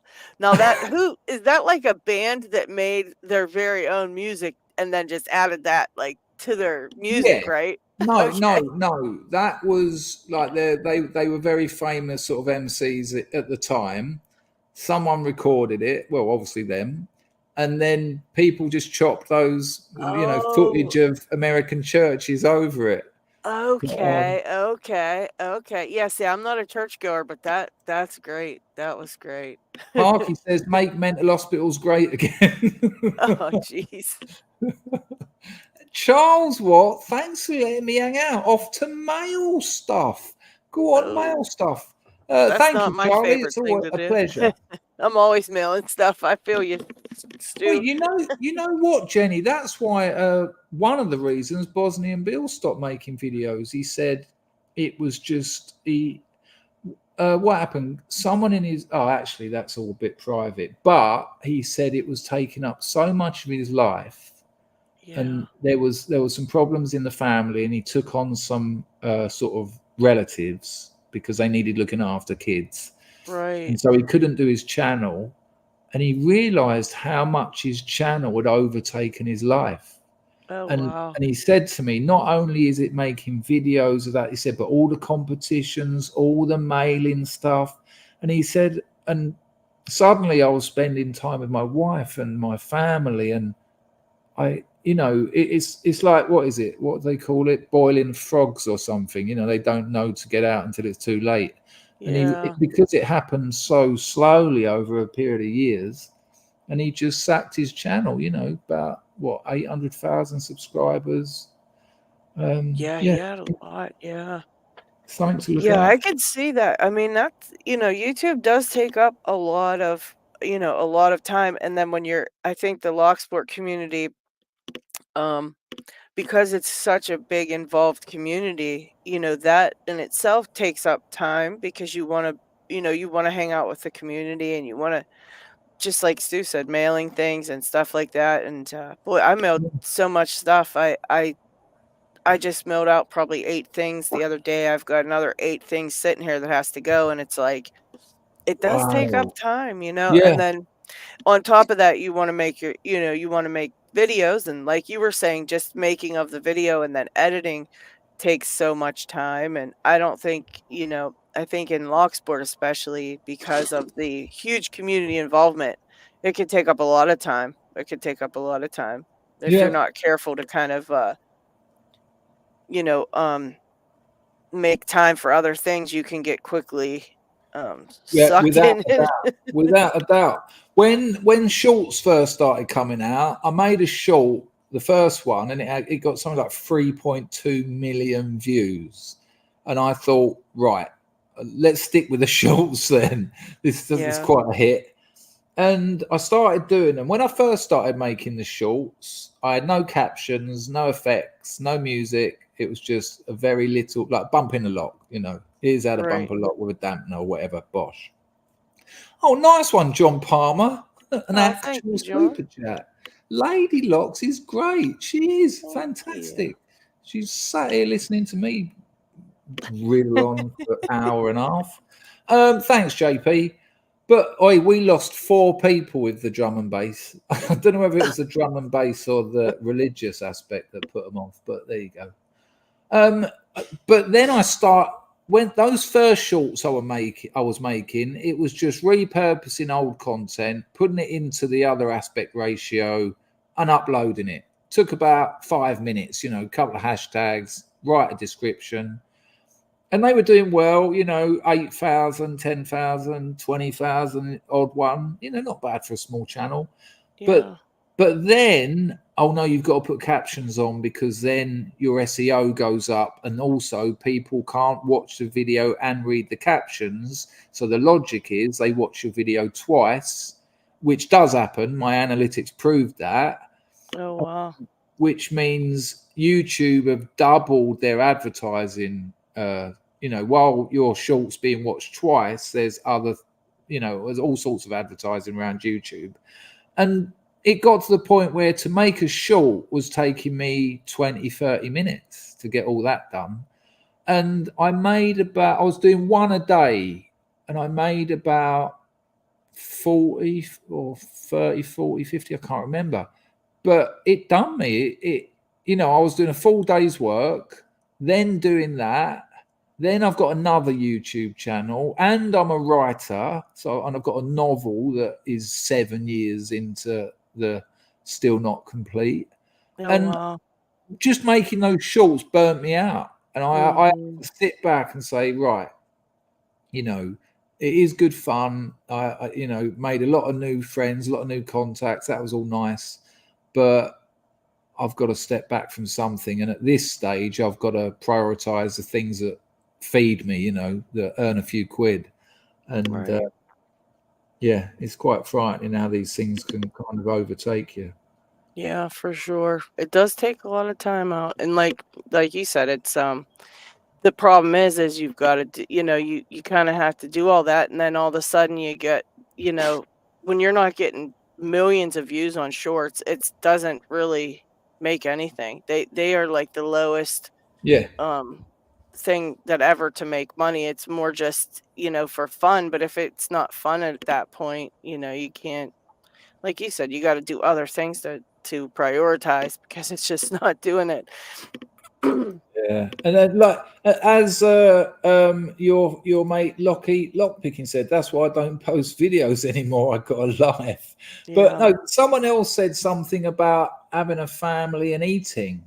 And joking aside, I was going to bed and sometimes I still do 6 o'clock in the morning, because after I've done a day's work, then make a lockpicking video, then make a stream for my other channel, then lift some weights, then make a short, then do some writing, and then the sun's coming up, and it's like, oh, that's why I feel like I'm dead.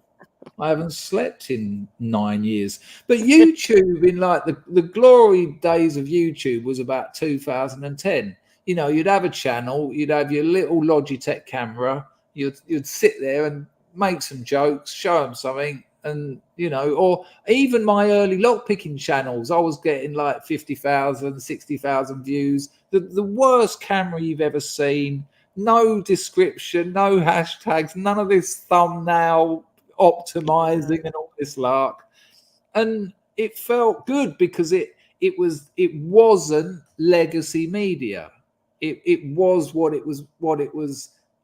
we were told it was. It's YouTube. You do whatever you want. But now, when I look at YouTube, it's like watching television was. It feels like watching television. The amount of things you can't say and do.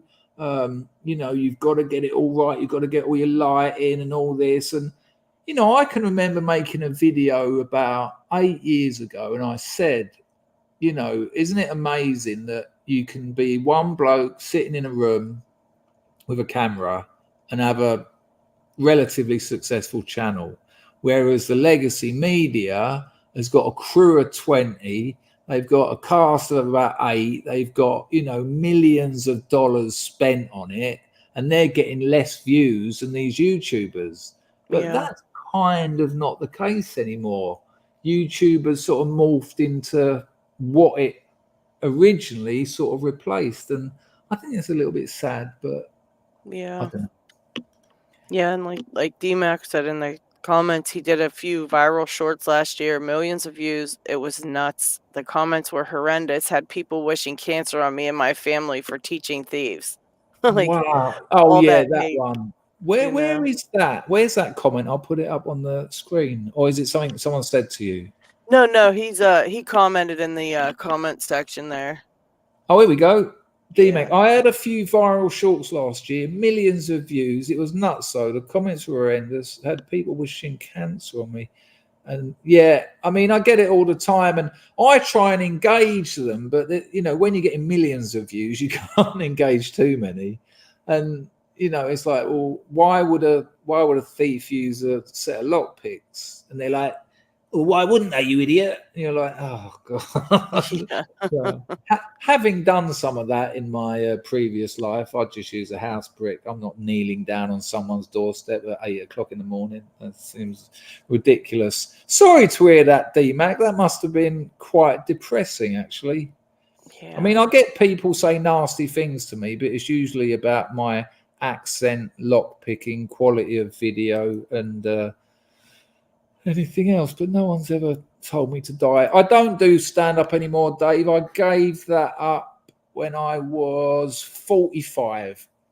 I'd done my last gig, and I nearly fainted about 6 times while I was on stage. And I thought, yeah, I'm kind of done with this. Right. I know this is a lockpicking stream, and Jennifer hasn't said anything for an hour. But yes, Emma, and my format and content.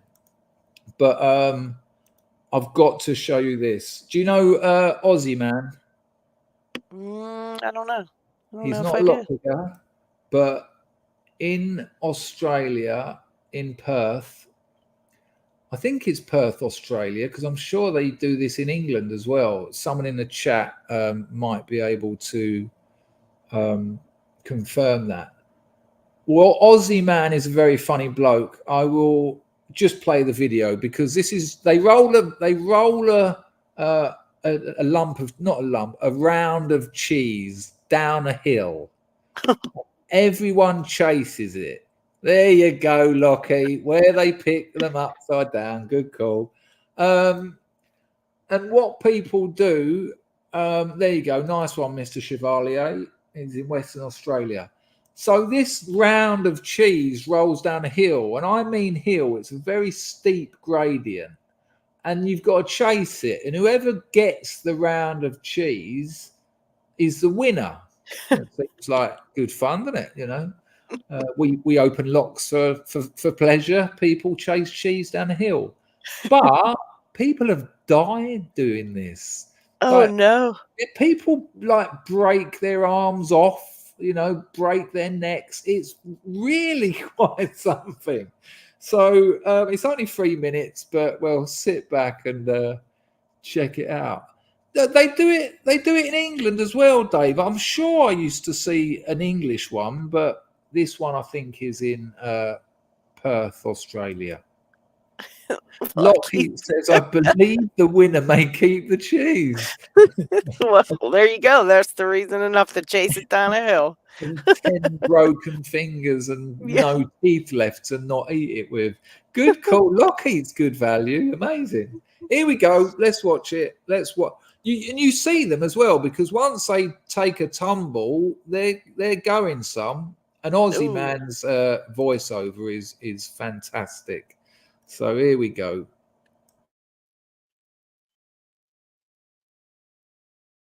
How you going, legends? It's time to get cheesy again. Oh, this young man has a mouth guard. That's nice. It's good to see safety is on the agenda this year. I can't tell if he's excited or verbally abusing someone. Anyway, the Sheila in High-Vis launches the food, and the Homo sapiens can't help but chase food. I'm basically already in pain watching this. Oh, look at that hang time. Bam! Oh. Away, I don't think tracksuit wanker can catch him. Although, as we know, it's not over till it's over at Cooper's Hill. Is it over? Nah, no, not yet. Nah. Everyone says, do you have any regrets? He says, quite a few, yeah. His face is numb. He checks if he still has his hair on. And down we go again. Who wants it? Who's playing to win, to quote the Little River Band? Oh, he's popping off. Oh. That's the best hang time yet. Fuck me on a pogo stick. How's your neck, though? Some of these dickheads won't feel their injuries until 20 years later. They'll be having a chat to someone and their head will just fall off. And they'll be like, crikey, why did my head fall off? It's on the floor. Oh, because I did that cheese rolling festival. That's a likely future scenario. Come on, big unit. Down you go. Look out. Whoa! Ninja rolled out of the way. That is disgusting. 1 minute, you're minding your own business, hunting dairy. The next minute, a wannabe hero in sloppy, muddy undies, presumably muddy, tries to steamroll you. If your plan is to prize from the cheese, then I'll put the link in the chat. I don't want to That find it. commentary is amazing. Oh my gosh. Yeah, I'll tell you what, Jennifer, if you like that, the channel is worth a subscription. He's got like 6 million subs, and that's pretty much what he does. He finds funny clips and is very good at being funny over them. Right. I don't want to keep you too long. That's a bit dark, so I might miss that. That's right. So we've got one more clip. It is a little, well, we've got two, but I'll end on the slightly less strange one. Right. So this blew my mind. This absolutely blew my mind. I don't wish to get political, but it blew my mind. This is real. I looked into it. I got the receipts. I'll let our man here explain it. This is about a leaflet and some advice that the German government has been giving out. So let's see what you think of this. Germany's immigrant sex advice.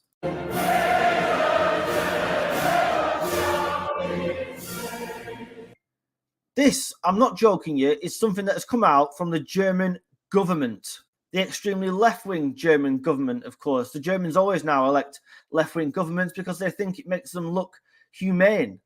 And they're still trying to shake off their World War II legacy, of course, and trying to re-enter the human race. But this is absolutely balmy. If you are a new immigrant to Germany and wish to have gay sex with a German man, check out the German government's helpful website for instructions. Most German men, this is underlined in red as you can see, most German men will be happy to have gay sex with immigrants, but it's important to ask first. Most German men. What in the world? Wow.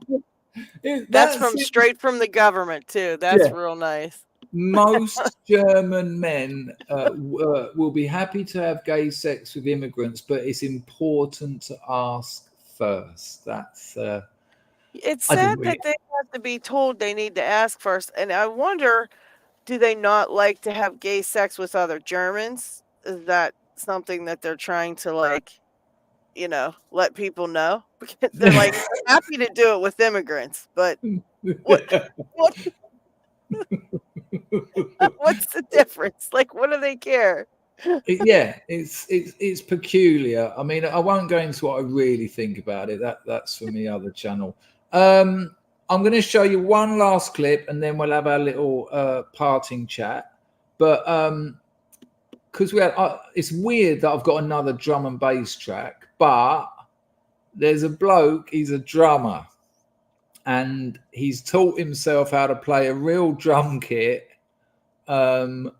Like drum and bass. Now they've it's a short, so it's a bit small on the screen, but they've cropped it in with like a game show. Well, you'll see, but it kind of makes sense. But check out the ways, I can play a set of drums, but not like this. The way he's got it to sound like drum and bass is just incredible, because he's obviously had to fiddle around with tightening up his skins and all that. Well, that didn't come out too well, but bosh, you should have the sound. Check this out, people. What name is given to the genre of dance music that developed in the UK in the early 1990s out of the rave scene and reggae sound system culture associated with acts such as A Guy Called Joe and Goldie? Drum and bass. Drum and bass. Drum and bass. Drum and bass. Can't say drum bass, we need jungle, I'm afraid. Wow! Great. We need jungle, I'm afraid.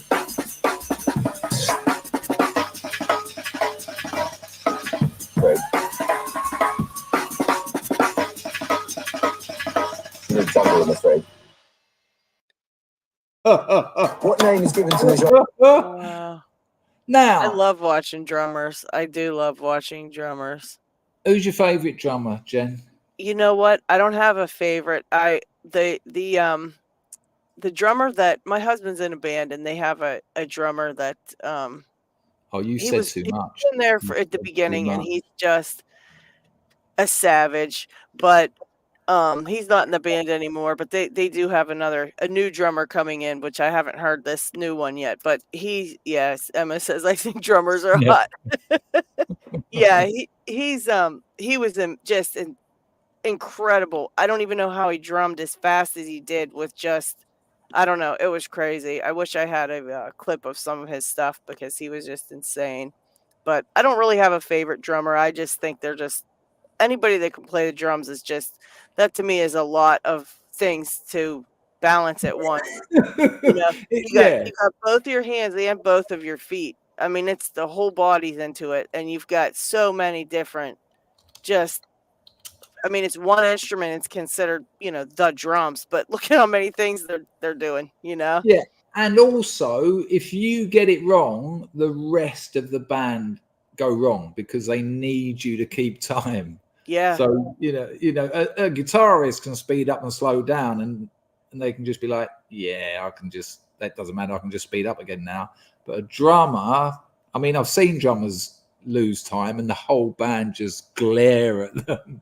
Yeah, I'm going to play you my favorite drummer, but it is copyright content. So I'm going to just play you the introduction to the song. This is a bloke called Billy Cobham. The band is the Mahavishnu Orchestra. But I reckon I can get away with just the intro because the drumming is absolutely smashing it. Here we go. It'll only be a couple of seconds. And there's a weird kind of flame egg on the cover of the album. You can't go wrong with that, can you? Check out these drums. Here we go.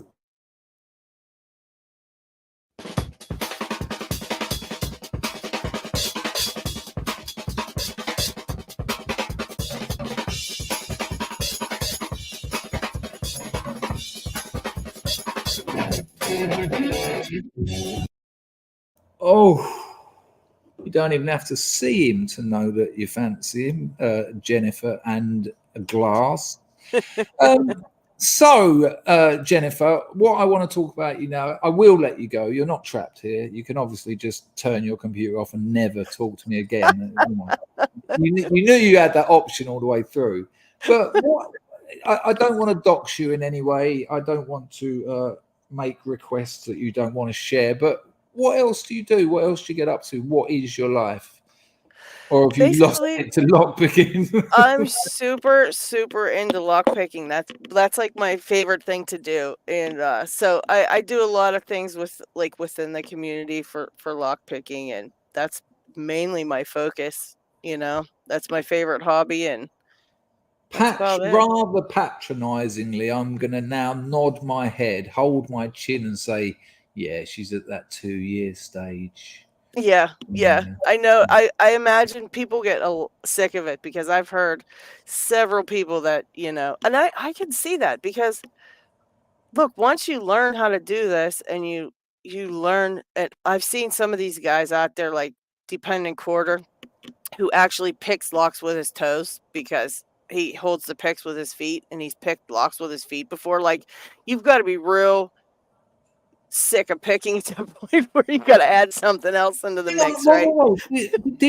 Hang on. Are you being hyperbolic or did I miss something? Or is that someone actually is a toe lock picker? He doesn't do it all the time, but he has picked locks with his feet. Yeah, he has a couple videos with different locks that he's picked with his feet because, it's not hard enough to do with your hands. He's got to do it with his feet. But Jennifer, can you imagine having to paint your toenails as well as your fingernails? Not me. No way. I would not even bother. I would not even want to pick a lock with my feet. But that's the thing about it. I think, he's so good at picking though. I mean, he can get a couple, like a black belt lock in and sit down with it. And in about an hour, he can pick it. And it's like, really doesn't even take him that much of trying. So imagine how boring that could be. I mean, I have a little bit of fun picking stuff like this, but it's on the easier side for me. So it's not like it's a big challenge anymore for this kind of stuff. Now there are still things that are challenging, but I'm taking my time with that stuff because I don't want to get to where I'm having to pick locks with my Paint feet your because toenails. yeah, I don't want to paint my toenails. You know what I mean? I don't want to have to even go there. I just think you'd probably get bored very quickly once you get to a certain skill level. I mean, come on, if somebody sends you a black belt lock and you pick it in an hour, what Yeah. what could you do with something like this? I mean, you would just that would be like picking a master lock and it wouldn't even be very satisfying anymore. I just Yeah. don't see that happening. So What yeah, I can see it getting, what keeps me going is, I mean, I don't think I'll ever not love lockpicking. That telephone was 50, but hang on, I'm not that old. 45 years ago, and I'm still picking locks. My desk is still covered in loads of dirty lumps of metal and and other things that stab me regularly when my head falls onto my keyboard at about 7 in the morning. Listen to this, Jen. So John Palmer, who's been here since the start, that's nearly 2 hours ago. Look what he's just said. So, is this some type of sport, picking padlocks? And there's a real community of padlock pickers who pick locks for fun. Yes, John. I've known him for 9 years, Jen. Yeah, they call it locksport. Yep, and people do it for fun, and that's what the whole belt system's in place for. It's like a whole big thing. Yeah. Let me tell you a funny little story. I can't tell you who the company is because I had to sign an NDA, but put it like this: pretty much, I'd say everyone in this. Hello, Nathan. I'd say that pretty much everyone in this stream has used them today. So you've probably got an idea what I'm talking about. And they bought a load of kit and they wanted me to show them how to use it. So we set it up on Zoom. There was about 60 people there. Ooh. So how Zoom works. You've all got your little squares and that, and they're all active, And there was other people waiting for when someone dropped out to sort of grab that spot and all this. So while I'm trying to tell them the basics, they're all just raking locks, and I'm thinking, yeah, okay, but if I want to teach you how a lock works because, and Bosnian Bill called it bitch picking, right? Sticking a rake in a lock, you don't really know what you're doing. You've got a tensioner in, and it opens. Now that I've seen loads of people do that, like stoners who come round and they just roll a few up, and then they grab a lock and they go opened, but they don't know why, so they can't really build on that. And I was trying to explain it, and I said, there's a very big YouTuber who doesn't make content anymore, and he called that bitch picking. And more than half of those little Zoom squares went black. They left. That was too much to say in the modern world. And I said to the bloke, sort of like the main bloke who my point of contact was, and they were paying me for a joke, because I originally thought there'd been some kind of problem with Zoom. I went, oh, should I not have said bitch picking, like joking? Yeah. And he went, that's really inappropriate, actually. What? And I looked at the clock and I was like, I've got another hour with these people and they think I'm Charles Manson. Like, Jesus, how am I going to get out of this? And yeah, they didn't like it. I think But you know what? It's not like you invented the term. It's not like you did that. You know what I mean? This is something that we've all heard, and it's something that we, at least in locksport, we've all heard that because we've seen Bosnian Bill talk about it, and it's not like you decided that was something, Exactly. But also, who's the victim there? The lock, the pick? I don't quite understand who I'm being nasty to. Yeah. But yeah, that was awkward. It was really awkward. I guess people thought you were trying to say like people that pick like that are bitches or something. That's probably how they took it, but it's not how it's meant. You know what I mean? It's like It's not how it's meant. It's just meant to Yeah, explain that style of picking, but it's not, yeah. you They're know. trying to do the job they asked me to do. I was a stand-up comedian for 10 years, and if you're doing like a full headline set, or it's your an hour show, if you're on tour or whatever, you're on that stage for an hour, and when you get up, if you lose them early, in the early days, you haven't got the stagecraft to win them back, and it's the worst feeling thinking, oh, I've got to stay up here for another 45 50 minutes, and they Yeah. like me. They don't like me. As you get better at it, you can kind of win them round. And I thought I'd do that with this lot. I thought I'll be all right, but no, they really wanted to let me know that Yeah. I was the Jeez. devil. Yeah, well, So like Pete Southpaw Pete said, it's the technique, not the tool or the person, and that's basically what I was trying to say. Like the technique is called bitch picking. there you It's not go. about it's not trying to be, but like people just get so quick to take what you said like to heart or something when they didn't really understand what it was meant, you know. It's a Jennifer, shame. did you do any higher or further education after you left state school? Yeah, I went to college for a little while and I studied chemistry and um I really liked it. I liked physics and math and algebra and calculus and physics and all that. I just Wow. all the sciences. I really love that and stuff. But I did not. I think I was like 2 credits away from getting my my degree. It's something I always meant to go back and do. But let me tell you something. When you haven't did calculus in a couple years, same with chemistry and all that. It was the dumbest thing to do. Is think I needed to take a break because I should have just stuck it out and got those last couple credits.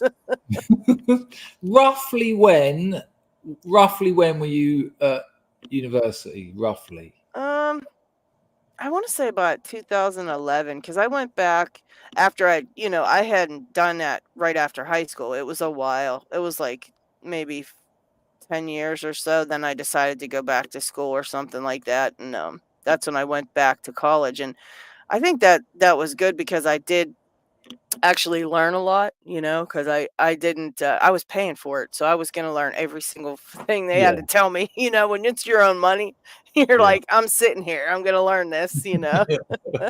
So I definitely did a better job that I could have done right out of high school, because I don't think when you're that young you realize sometimes how important that is to, someone's paying for this, you better sit here and learn it. Sure, But sure. I think that was kind of when it was all on the turn, wasn't it? I mean, in around 2000 and yeah. between about 2000 2010, I'd have still advised people to go to uni. I mean, I had 7 years higher education after state school. Wow.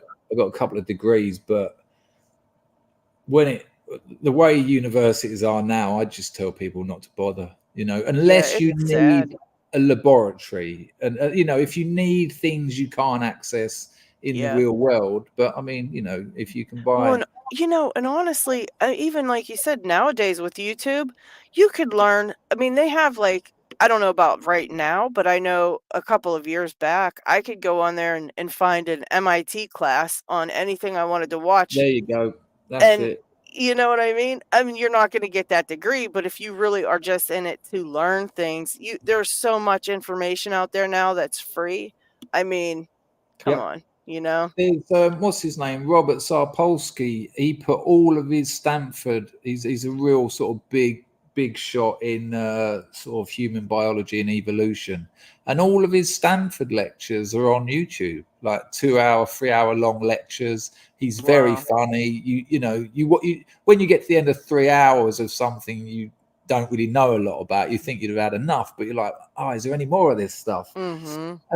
But you don't have to leave owing the government $90,000 or whatever it is now.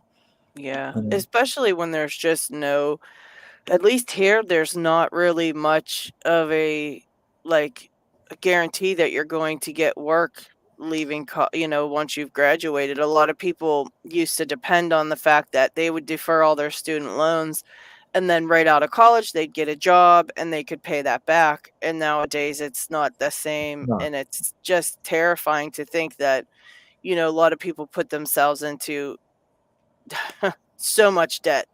And then Yeah. they get out of school and it's like, well, now what? Because I Yeah. can't even get a job in my field, And so it's imagine starting your adult life. I mean, I know we all think we're adults, but you're not really at 23, are you? And mm-mm. you're starting it with the stress of knowing you already owe a fortune. And, a lot of employers now are like, when they see on your CV that you've been to a university, they're like, nah, I don't want the hassle. I don't want you to sue me in the second week because I dared say hello, darling, to someone I've known for 30 years. It's just insane. Jennifer, can I ask, where are you politically?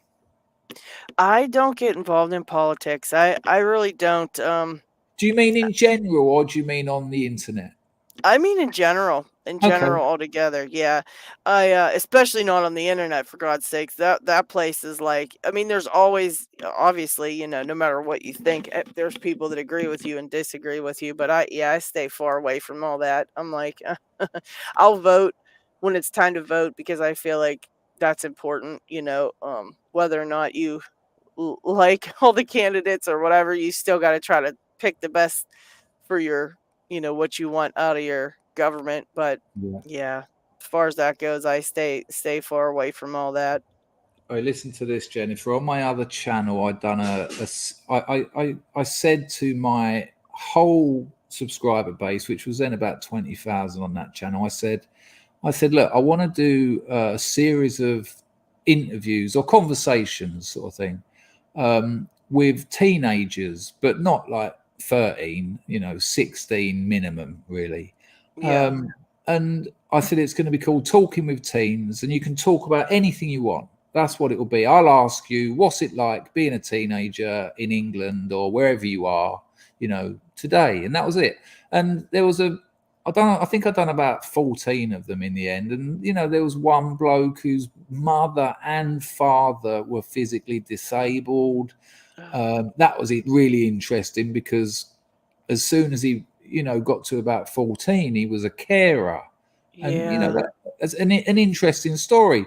There was another kid who I don't know what was wrong with him, but he could barely string a sentence together, and he knew it. It wasn't like awkward. I said, "You can't talk, can you?" And he was like, "Not really." And I said, "Strange thing to come on a stream. I mean, I respect you and that, but this is odd." So there was loads of different people, and there was a couple of people who come on who were on the right, and quite a lot on the right. And I'm all right with that. I'm good with that. And they were at university. One was studying economics. What the other one was, it was a STEM field. I can't remember what. And I said to them, I said, look, don't talk about that kind of politics at uni because they're gonna chuck you out. And if you want your degree, it's not you're not gonna gain anything by arguing with people about that sort of stuff. That was pretty much all I said. The following week, in the Times on Sunday, which is one of the most respected newspapers in England, and I'm talking about the digital version as well. I mean, no one really buys newspapers. There was an article about how the neo-Nazis are using the internet to groom children, and it said. And I'm reading it, and it went, YouTuber Chris Dangerfield. I nearly spat the breakfast I ate 20 years ago out. I was like, hey, a YouTuber Chris Dangerfield has been grooming teenage Nazis. I was like, hang on a minute. I don't know about this. Oh my gosh. Yeah, it was a real kick in the face. And there's this English communist organization called Hope Not Hate. And they put a picture of me on Twitter. Now, when I stream, I don't wear anything on my top half. well, or my bottom half, but no one can see that. I stream naked, is what I'm saying. But it's because I live in Cambodia and it's hot. I mean, it's 1 o'clock in the morning and it's 28 here. It was 38 during the day. And if I wear a t-shirt or a shirt, it will be wet within like 15 minutes. My subscribers are used to it. Yeah. Now, I've got a Cambodian fiance who I've been with for 6 years. And because they needed to spin it, because, you know, living in Cambodia with a Cambodian fiance, it's not your typical Nazi, is it? But they wrote on their Twitter, there was a picture of me and it said, "This bare-chested YouTuber." No. Oh my gosh. This bare-chested far-right YouTuber operating from his base in Cambodia. What? Oh my goodness. That's the thing. It's like, you know, and nowadays, just anybody, like somebody said in the Brett says no newspaper is respected. It's because they can put they can put whatever they want in the front for people to see. And, you know, sometimes things that they say they could be true, but it's not the whole truth. But people don't realize that, Yeah. you know, so you'll see things that you think, oh my gosh, but you know, you have to take a second to go, well, what didn't they report? Because there's so many things out there that are actually decent in the world. You never hear about any of it. Nothing. Yeah. I don't watch the news either because I cannot, it's depressing. I'm like, really. I don't want to hear about all these people that passed away under horrible circumstances, all these horrible crimes going on in the world. They never say, like, you know, hey, let's talk about this. You know, somebody did something good. They never say it. It's I like think there might be a lack of that kind of news at the moment, though. it's like, you know, can you say one good thing? Nothing. I'm like, I walk away from the news depressed. Like my husband watches the news and he'll be like, "Did you hear?" I'm like, "Don't even tell me. I don't even want to know." I said, "No, I don't want to know." I'm like, all it is like kicking puppies all day on TV when it comes to the news. It's like one after another, you know. But yeah, and then you get people that are like that get an agenda and they could just totally ruin you because they just have something that, you know, they have an agenda and then but they have a platform and so people will see it, you know, and it's stuff like that that's like that's scary in this world. It's It nowadays really it's wasn't like that, you know, a long time ago because people didn't have such platforms like they do, you know. I mean, you know, on again, the glory years of YouTube, it was amazing that you could, again, just someone in a room with a camera talking, and suddenly they'd say something, you'd go, "Whoa!" And it was fun because you know, we're adults, we can cope with different opinions, Right. but around Brexit, around Trump, they just no, you can't say that, you can't say that, you can't say that, you can't say that, and so. You know, I used to talk a lot about politics on my other channel, but it got to the point where nearly every stream would just get removed and I'd get a strike. And I just thought, you know, we built a nice community here. I've said everything I want to say. And now anything actually worth saying, YouTube won't let you. So I just knocked it on the head. And what you just said, I ended up, you know, if you're streaming 3 or 4 times a week, which I was, and during COVID, twice a day, I was just so deflated and down because I was having to do the research, read the news, see what's going on. And, you know, like you say, it's like depressing. Yeah. Yeah. And like you said, when you want us to talk about your opinions, you know, just your opinions, everybody has different opinions. So, I mean, you're going to talk about that and half of the people are going to disagree with you. But sometimes people they don't want to just disagree and still carry on a respected conversation. They want to disagree and put you down. And, you know, it's depressing in that sense too, because, you know, we are all adults and we all have our own opinions. And there's really, you know, you don't have to disagree with me, then, you know, say horrible things about me just because you don't agree with my opinion, you know, because, and it's always, there's never going to be everyone in your audience that agrees with you 100% all the time, you know, but it's nice that at least some people nowadays will just not watch, and they won't bother to be a part of your community if they don't like you, that and they don't want to be there. So that's kind of nice. But yeah, like DMAC was saying with his stuff, like so many people just turned negative, and it's like, just don't look, don't watch, and don't stop through on my channel or whatever my platform is. And What? Sorry, explain if DMAC's right of it. What happened there? I missed the well, like comment. when he was saying up in the thing that he had those people like death wishing him just for doing a Oh video, yeah. Sorry, yeah, like come yeah, on, to take it that far, you could just be like, hey, yeah. I don't agree with you, but they gotta be like hoping he Yeah, passes away. Come on now, is it that bad? What the the heck? crazy thing is, though, I like having conversations with people who've got different political views to me. Again, like an adult, that's all right. That's when I'll learn something. That's when they might learn something. I like having my ideas challenged. But it's almost like the internet has rid anywhere where you can have those conversations because the platforms are what's the word I'm looking for? I can't remember, but it doesn't matter. Jennifer, is there anything you'd like to say since I've been speaking for 2 hours? No, but I had a lot of fun, and I appreciate you having me on to hang out with you for a little bit. That was great. People, You've got a Jennifer's great got audience. You've got a they're good. great community. Yeah. They're good people. If any of the other people want to see my other show, it's a bit brutal, to be honest with you. It's not. I've really been having to watch my tongue during this stream, but you just type in Chris Dangerfield, and the channel's called Dangerfield.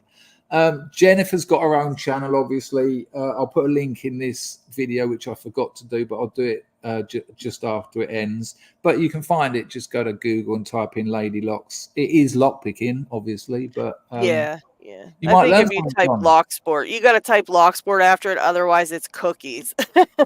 Cookies come up. Those Lady Locks cookies. Well, that's why I asked you if you had a Twitter. I was advertising the stream, and I looked for Lady Locks, and there's someone on Twitter at Lady Locks. And at the last minute, I just emailed you. Are you Lady Locks on Twitter? You went, I haven't got a Twitter. And I thought, oh, that was close. That was very close. But listen, that is one thing I got to think about doing. I thought about making a Twitter because I never really got into that, though. So I don't know. What do you think of it? Do you like it? I've got 3 Twitter accounts. I've got my own one to promote my writing. I've got 2 for 2 shops. I do like it. Yeah, I do like it. I think you've got to just don't bite. If someone decides to put the boot in, so to speak, don't bite because they're waiting for that and they want the attention. And then, you'll spend an hour arguing with them and they're not going to change their mind because they know they're being watched. And so it's more of a performance for them rather than a conversation. So if someone tries to dig me out, I just block them. Just bye. I'm not interested. I think that's important. But again, it's, I've made some good contacts on there, I have to say. So I don't know, give it a go.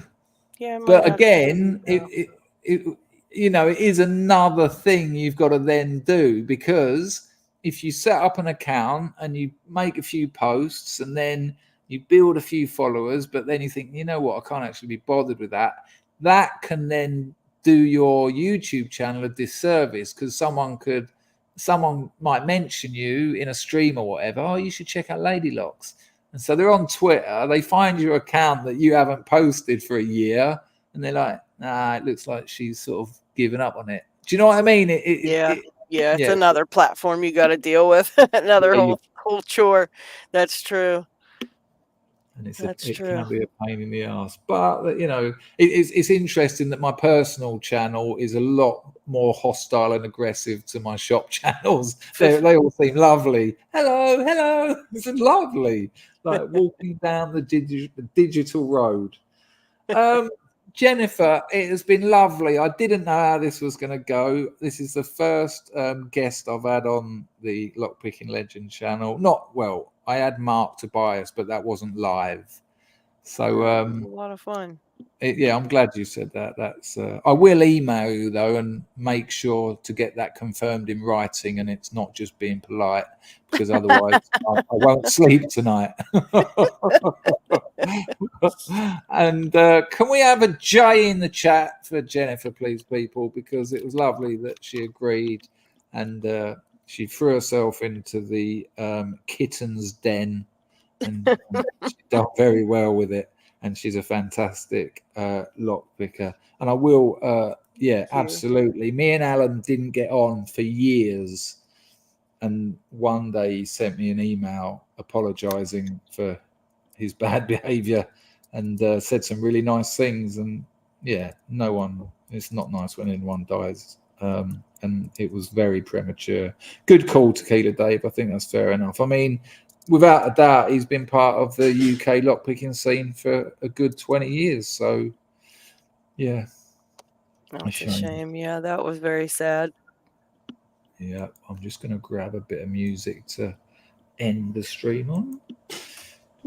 So what's the time where you are, Jennifer? It is 2 o'clock where I'm at. 2 p.m. It's okay. So what's the rest of your day? You going to make a video today?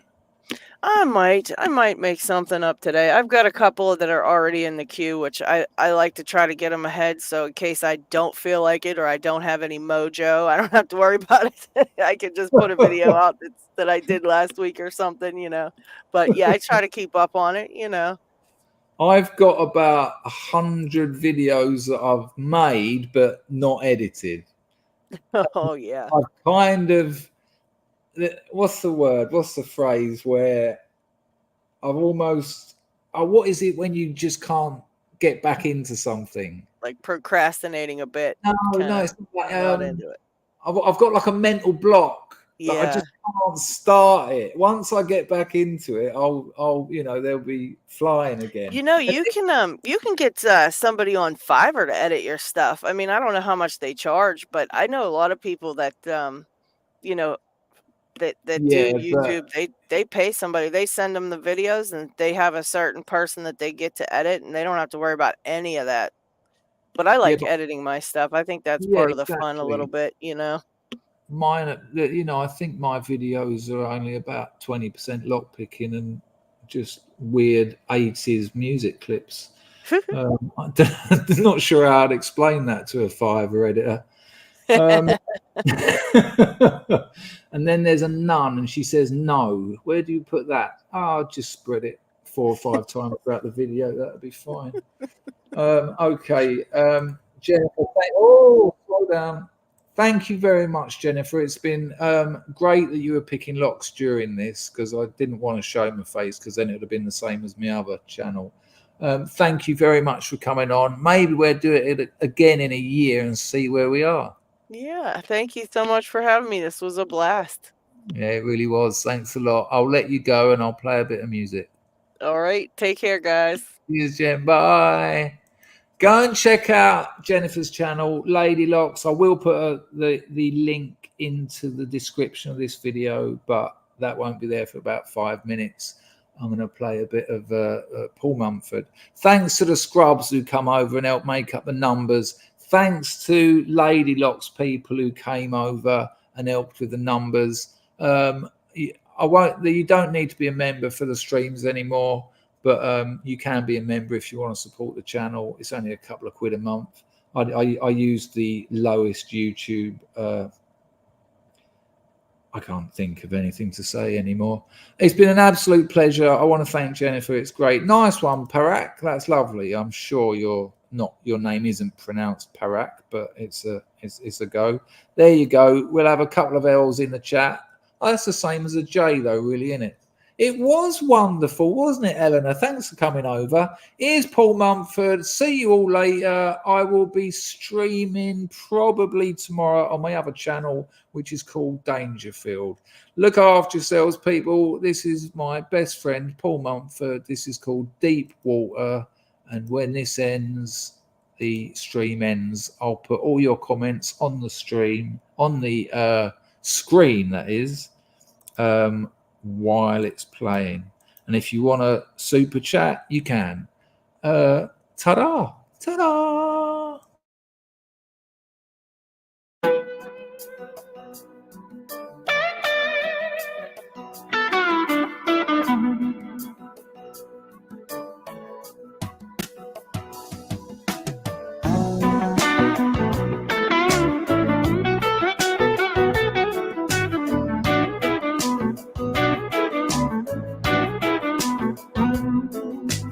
Everyone knows I'm gonna be the first man down.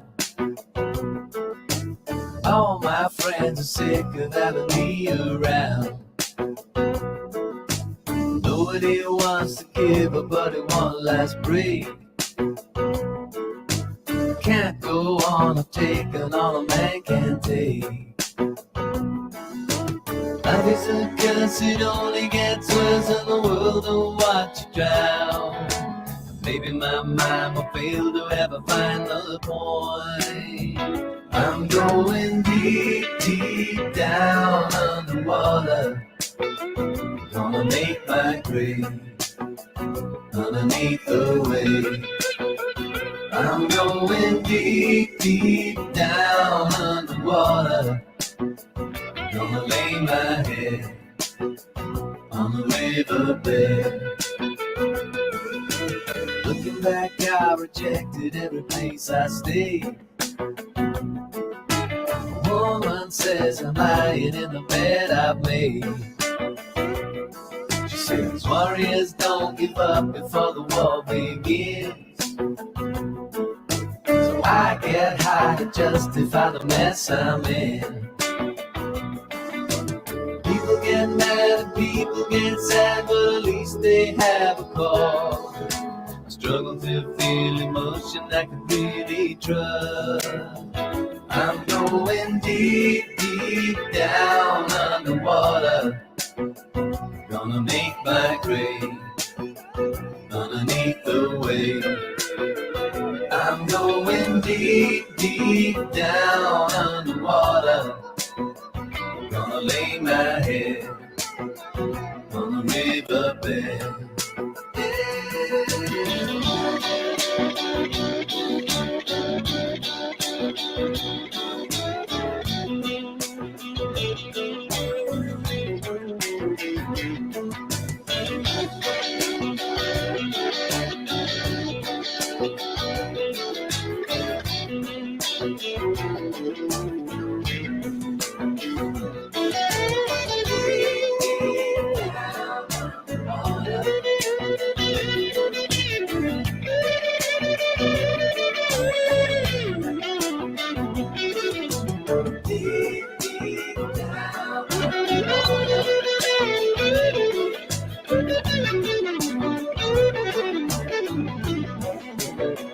I'm going deep, deep down underwater.